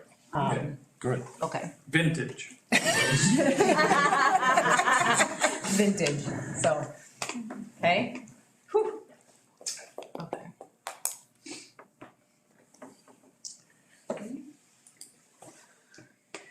Well, again, I'll put it back out and look for a motion, on the indoor air quality, bid package. I'll make a motion to, do I need to say to accept the bid package with Lowest bid, Lowest lowest bid, package. and with reductions? with the deductions, I would say with all deductions presented with some exclusions of some rooms. I don't know how we can consider that, but I think that's actually really good language to, with all deductions as presented, as presented, with the exception of, With the exception of some rooms that are To be used, specified. Months. that We'll have are to find out which used, that are ones used in the summer that are months used in the summer months. to receive the air, or the, Yeah. what's the name, the. just the dehumidification. Like what is, wow, that was a rough motion, I apologize. I'm just gonna say that scares me because electrically, all of a sudden, if we gotta go back, no, you can't add it to your existing switchgear. You're gonna have to put in new switchgear just to air condition 5 rooms. That could be a big number. So should we say with some reductions versus saying all?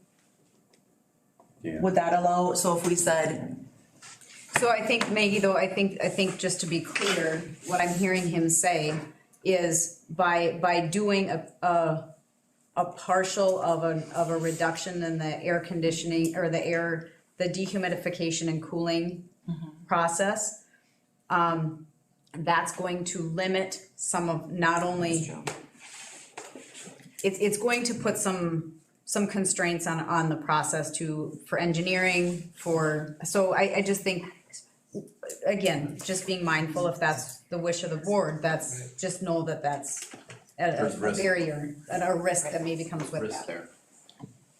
Risk in terms of cost reduction, savings, And time. and time. because if they're having to do certain wiring and certain And the controls things, then. How are we currently cooled in those rooms? Are those They have- outside units Are they what? cooled, those pause rooms, They aren't.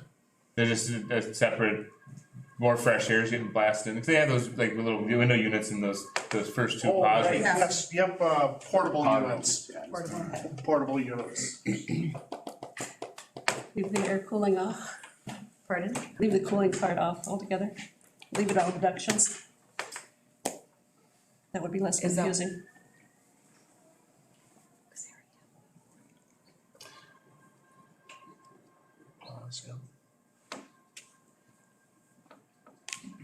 I'm just Now thinking, plus- like, if we just keep it a little bit more, we're more broad, that we accept the bid package with the lowest bid, and with some deductions presented.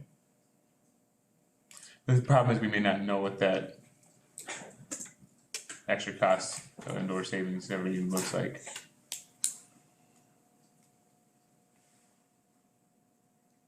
But then do we need that number then? And we don't have time, we have time for that number. Right, so then we really can't make this motion, right? If we. Okay, another question, what is the harm if we accept the bid package with the lowest bidder and leave it at that? That doesn't mean we can't use deductions, right? Or reductions, what would be the harm of that?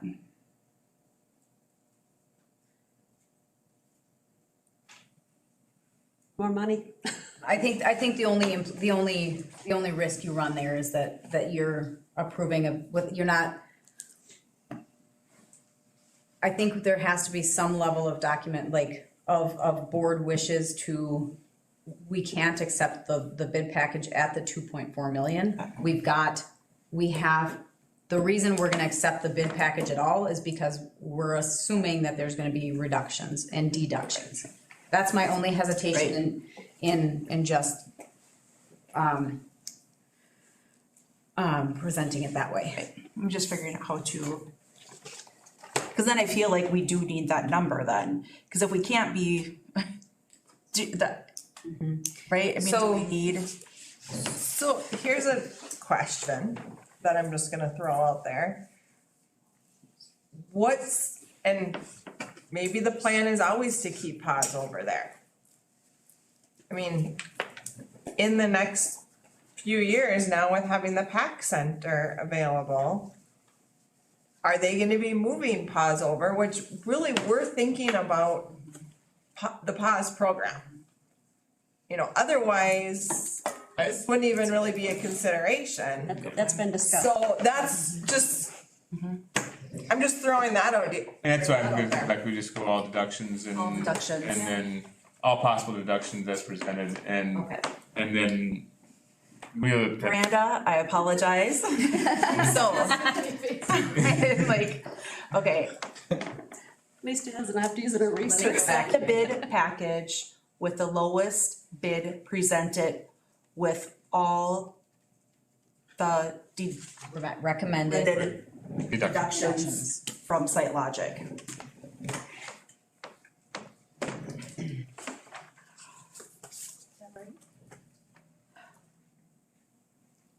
Does that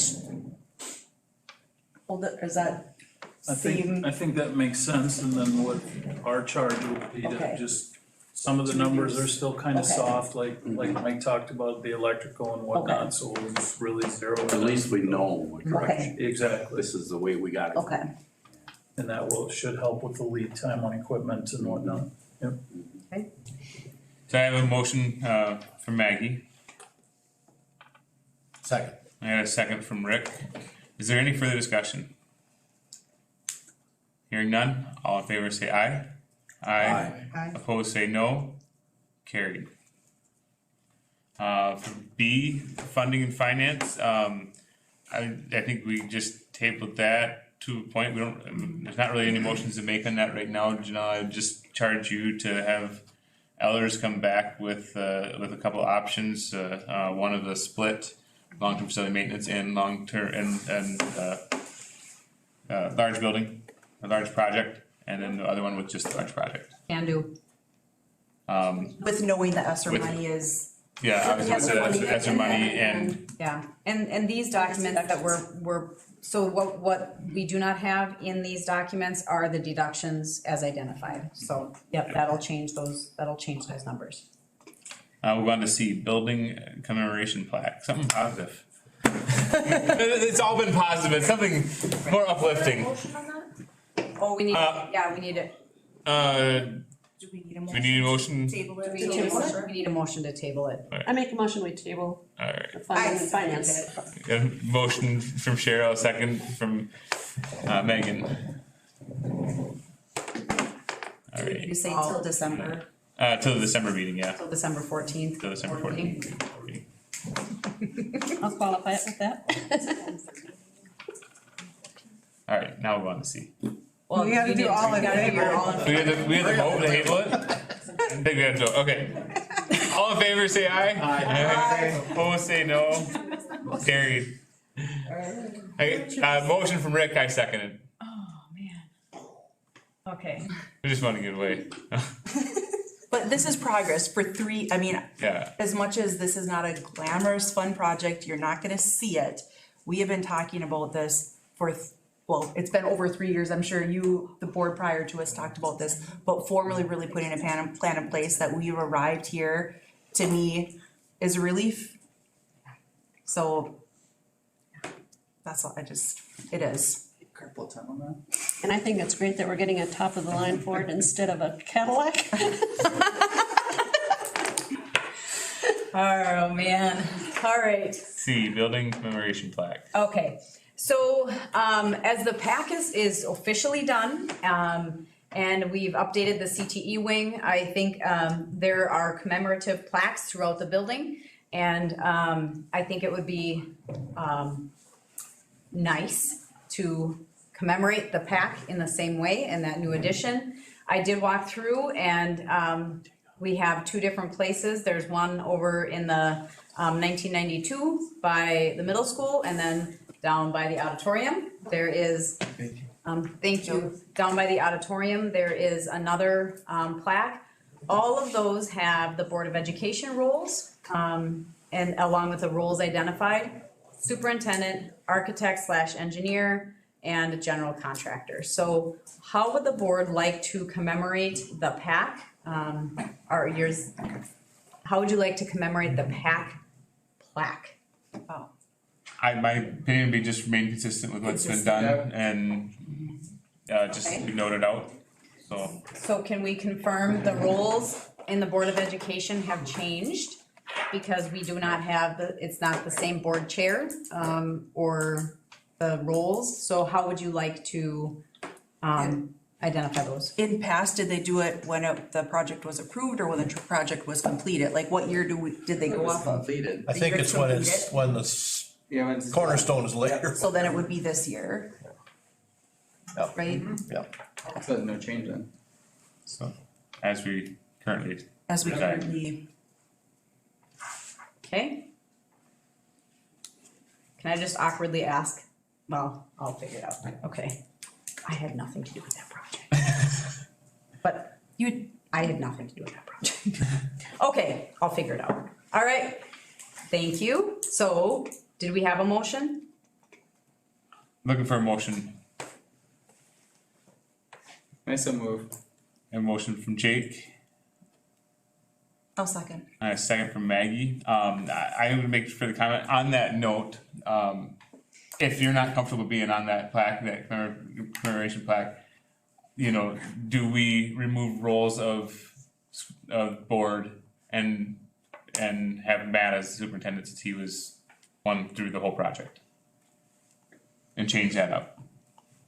What are you comfortable with? I was not part of that project. I don't feel like it would be appropriate for me to be commemorated on that plaque. Oh, we could do just Bullard. Bullard. Superintendent Bullard. Bullard, there you go. That covers it. That would be just my suggestion too, 'cause I respect that, that's out of, I'd be in the same shoes. Have nothing to do with it, so that's the point, then do we just remove the roles, that way there's no identification to a year, it's all the same board members one way or the other. That's not consistent, but I mean, that would be. Yeah, different than what the other plaques have though. But is it an issue? Not for me. No, I guess not. It's still gonna list the school board, it's still gonna list superintendent, it's still gonna list. Okay. Whatever anyone else is comfortable with, I'm good with. The motion is not to make it consistent, but to make it. It's to inconsistently consistent. Okay. Alright, just checking. Any further discussion? Hearing none, all in favor say aye. Aye. Opposed say no, carried. So, what needs to? It's gonna be all the school board, no roles, and then Matt Bullard for superintendent. Okay, just cause I'm gonna ask the question, when you say the current board. At the time. Okay. At the I time. was like, to now, do not feel it's appropriate. D, MREA membership review. Okay. You go ahead, I would say, we'll go to Jake. So, I will just ask Jake to give us a highlight of, the MREA conference. And then if there's a recommendation or kind of the highlights of how that was in comparison to our C membership, and then I'll outline the costs, when you're all done. Sure. Yeah, so that was Sunday evening through Tuesday, early afternoon that we were there, for the conference. It was really exciting. A lot of great breakout groups. It kind of almost reminded me of an MSBA conference a little bit. Obviously, this is geared more towards rural education. I went to some really good workshops.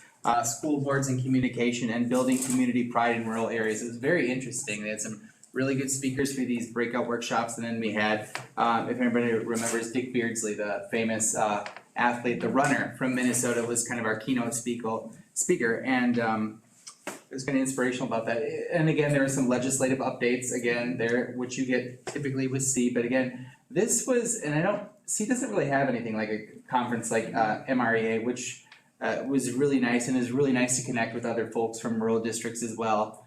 I was very pleased with it, learned a lot, yeah.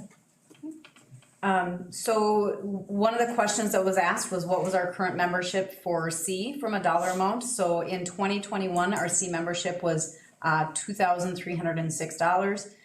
The MREA membership for 21-22 would be $1,039 in 22-23. So they do reduce your first year as it's a half rate. In 22-23, it would be $2,079. So that is based on your student enrollment, and it is capped at, I wanna say, $2,500. So if we got to if we got up to that fee, that'd be fine, I'd be okay with that, but, yeah. Alright, looking for a motion to approve the MREA membership. So we would still be a C member also? I would recommend this year to maintain both, and then we can reevaluate C. I think that'll be a good process for the course of the year, especially as we move into the legislative session. I think we can really evaluate which seems to make the most sense for our district. And we've already paid up the memberships for Yes. this year, so. Yep. Okay, maybe this answer to, Jacob, does MREA have a day at the Hill or anything? I believe they do, yeah. Like C And does? then again, I don't know what's gonna happen with Day at the Hill, because it looks like the legislature is still gonna be virtual as of this point right now. But I mean. But they do, yes, C yes, had a day at correct. the Hill where you could Yep, go. they've got a pretty big advocacy day there, so yep. Okay. I'll make a motion to approve becoming a member of MREA. Got a motion from Cheryl. I'll second it. Any further discussion? Hearing none, all in favor say aye. Aye. Opposed say no. Carried. Policy, second reading and approval. Okay. So again, just a reminder here is that the policy committee did review policies 102, 103, 206, and 214. There were no notes that came through, and I did not receive any questions. I'm not sure if any board members that are on the policy committee did, but I have not received any other feedback, so my recommendation would be to approve the policies as presented. I'm looking for a motion to approve the policies as presented. So move to approve the policies as presented. Motion from Maggie, I'll second. second from Cheryl. Any further discussion? Hearing none, all in favor say aye. Opposed say no. Carried. Fees. Okay, I do have to say, I very much appreciate the fact that I know people watch our board meetings, because we got a lot of questions about have the fees been approved. So I do know that this is an area that people are watching, and I know that it is something that I'm grateful that we've had discussion about. My recommendation is that we would increase our sub rates for teachers to $150 per day. And if they are a Paynesville area retiree, I would suggest increasing that to $200 a day. One of the things that I do want to bring to light is I do honor and recognize that our paraprofessional rate is also low. I think that until our contract is settled, I think it's difficult to set a rate for our paraprofessionals to have a sub rate, because if the sub rate would be, right now the sub rate is $13 an hour, and our step one on the para schedule is $13.10. I don't think it's appropriate to review that until we know what the step one of the new contract becomes. So the updated fee schedule is attached, and you'll notice that the two sub rates that were identified are included. And the prior sub rate has been that for a long time, right? Or has that? I guess I'm not entirely sure when it changed last. What the discussion that took place at the work session really was around what's happening around our neighbors. And we also acknowledged that that our rate, was lower. And part of the reason, when we were going through the discussion, one of the Sauk Center, for example, had recently increased theirs to 140. We knew that BBE they were, I think, 145 and they pay mileage. And so we were competing with some factors. Do I think it's gonna be the end all be all? No, but do I think it might help? I think it's a step. And I think it will be helpful for our teachers to understand and know that we are making an effort to get some support when we have absences. If at some point we decide, after the contracts are all settled, can we change this at any point? Absolutely, yep. So if we decide that the paras need $14 an hour because their paras fees or everything else has gone up, we can change that in January if we want to, or? Yep, absolutely. So what I would do is I would put it on the board agenda in a very similar fashion. So I would outline the rationale as to the recommendation of the change. Okay. And then the board could review that fee schedule and change it as necessary. Looking for a motion to approve the proposed fee schedule as presented. So moved. Second. Motion from Cheryl, second from Rick. Any further discussion? Hearing none, all in favor say aye. Aye. Opposed say no. Carried. Okay, can you pause for a Yep. second? I need to ask, did you see that? Okay. Thanks, Miranda. Yep.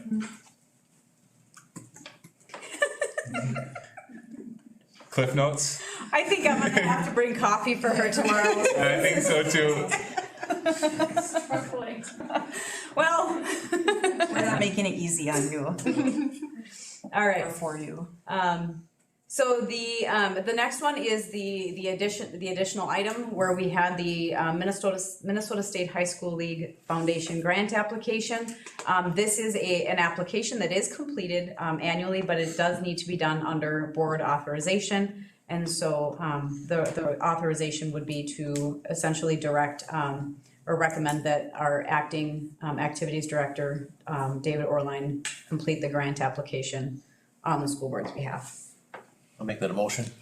I have a motion from Rick to approve the following resolution for adoption. I'll second. Second from Cheryl. And when you're ready, Miranda, we'll do a roll call. Jake, Aye. Megan, Aye. Maggie, Aye. Cheryl, Aye. Aye. Thomas. Aye. All present, and that passes. And H, review upcoming meetings. Alright, so the only thing I will add is I think we added a paraprofessional negotiation session that was added today. And I That's the think the first. December 14th, we're missing, do we have the one in the, Regular board meeting, truth and taxation. the one at 1:30? Yes. Instead of And then we 6. have a 6. Oh, that regular board meeting should be 1:30. Should be Yep, 1:30. Yep. the time, yep, thank you.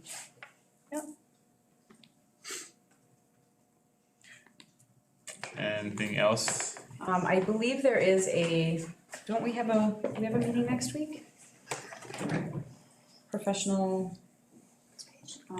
We're still doing negotiations on the 30th and para on the 1st. That's the, On the 15th. This is our next one, I think. is that not identified because so December 15th is culture and climate? December 15th.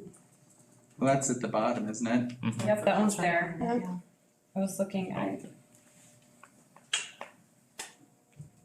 okay, maybe it's in January and I was looking ahead. 3:45 right now. Special ed one, because we just had one. Yep, no, that one's good. Thanksgiving, if you wanna come.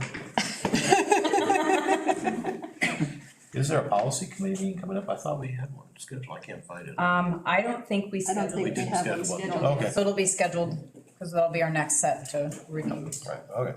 That, looking for a motion to adjourn. I move the board to now adjourn. A motion from Jake, Second. second from Megan. All in favor say aye. Aye. Opposed say no. Carried.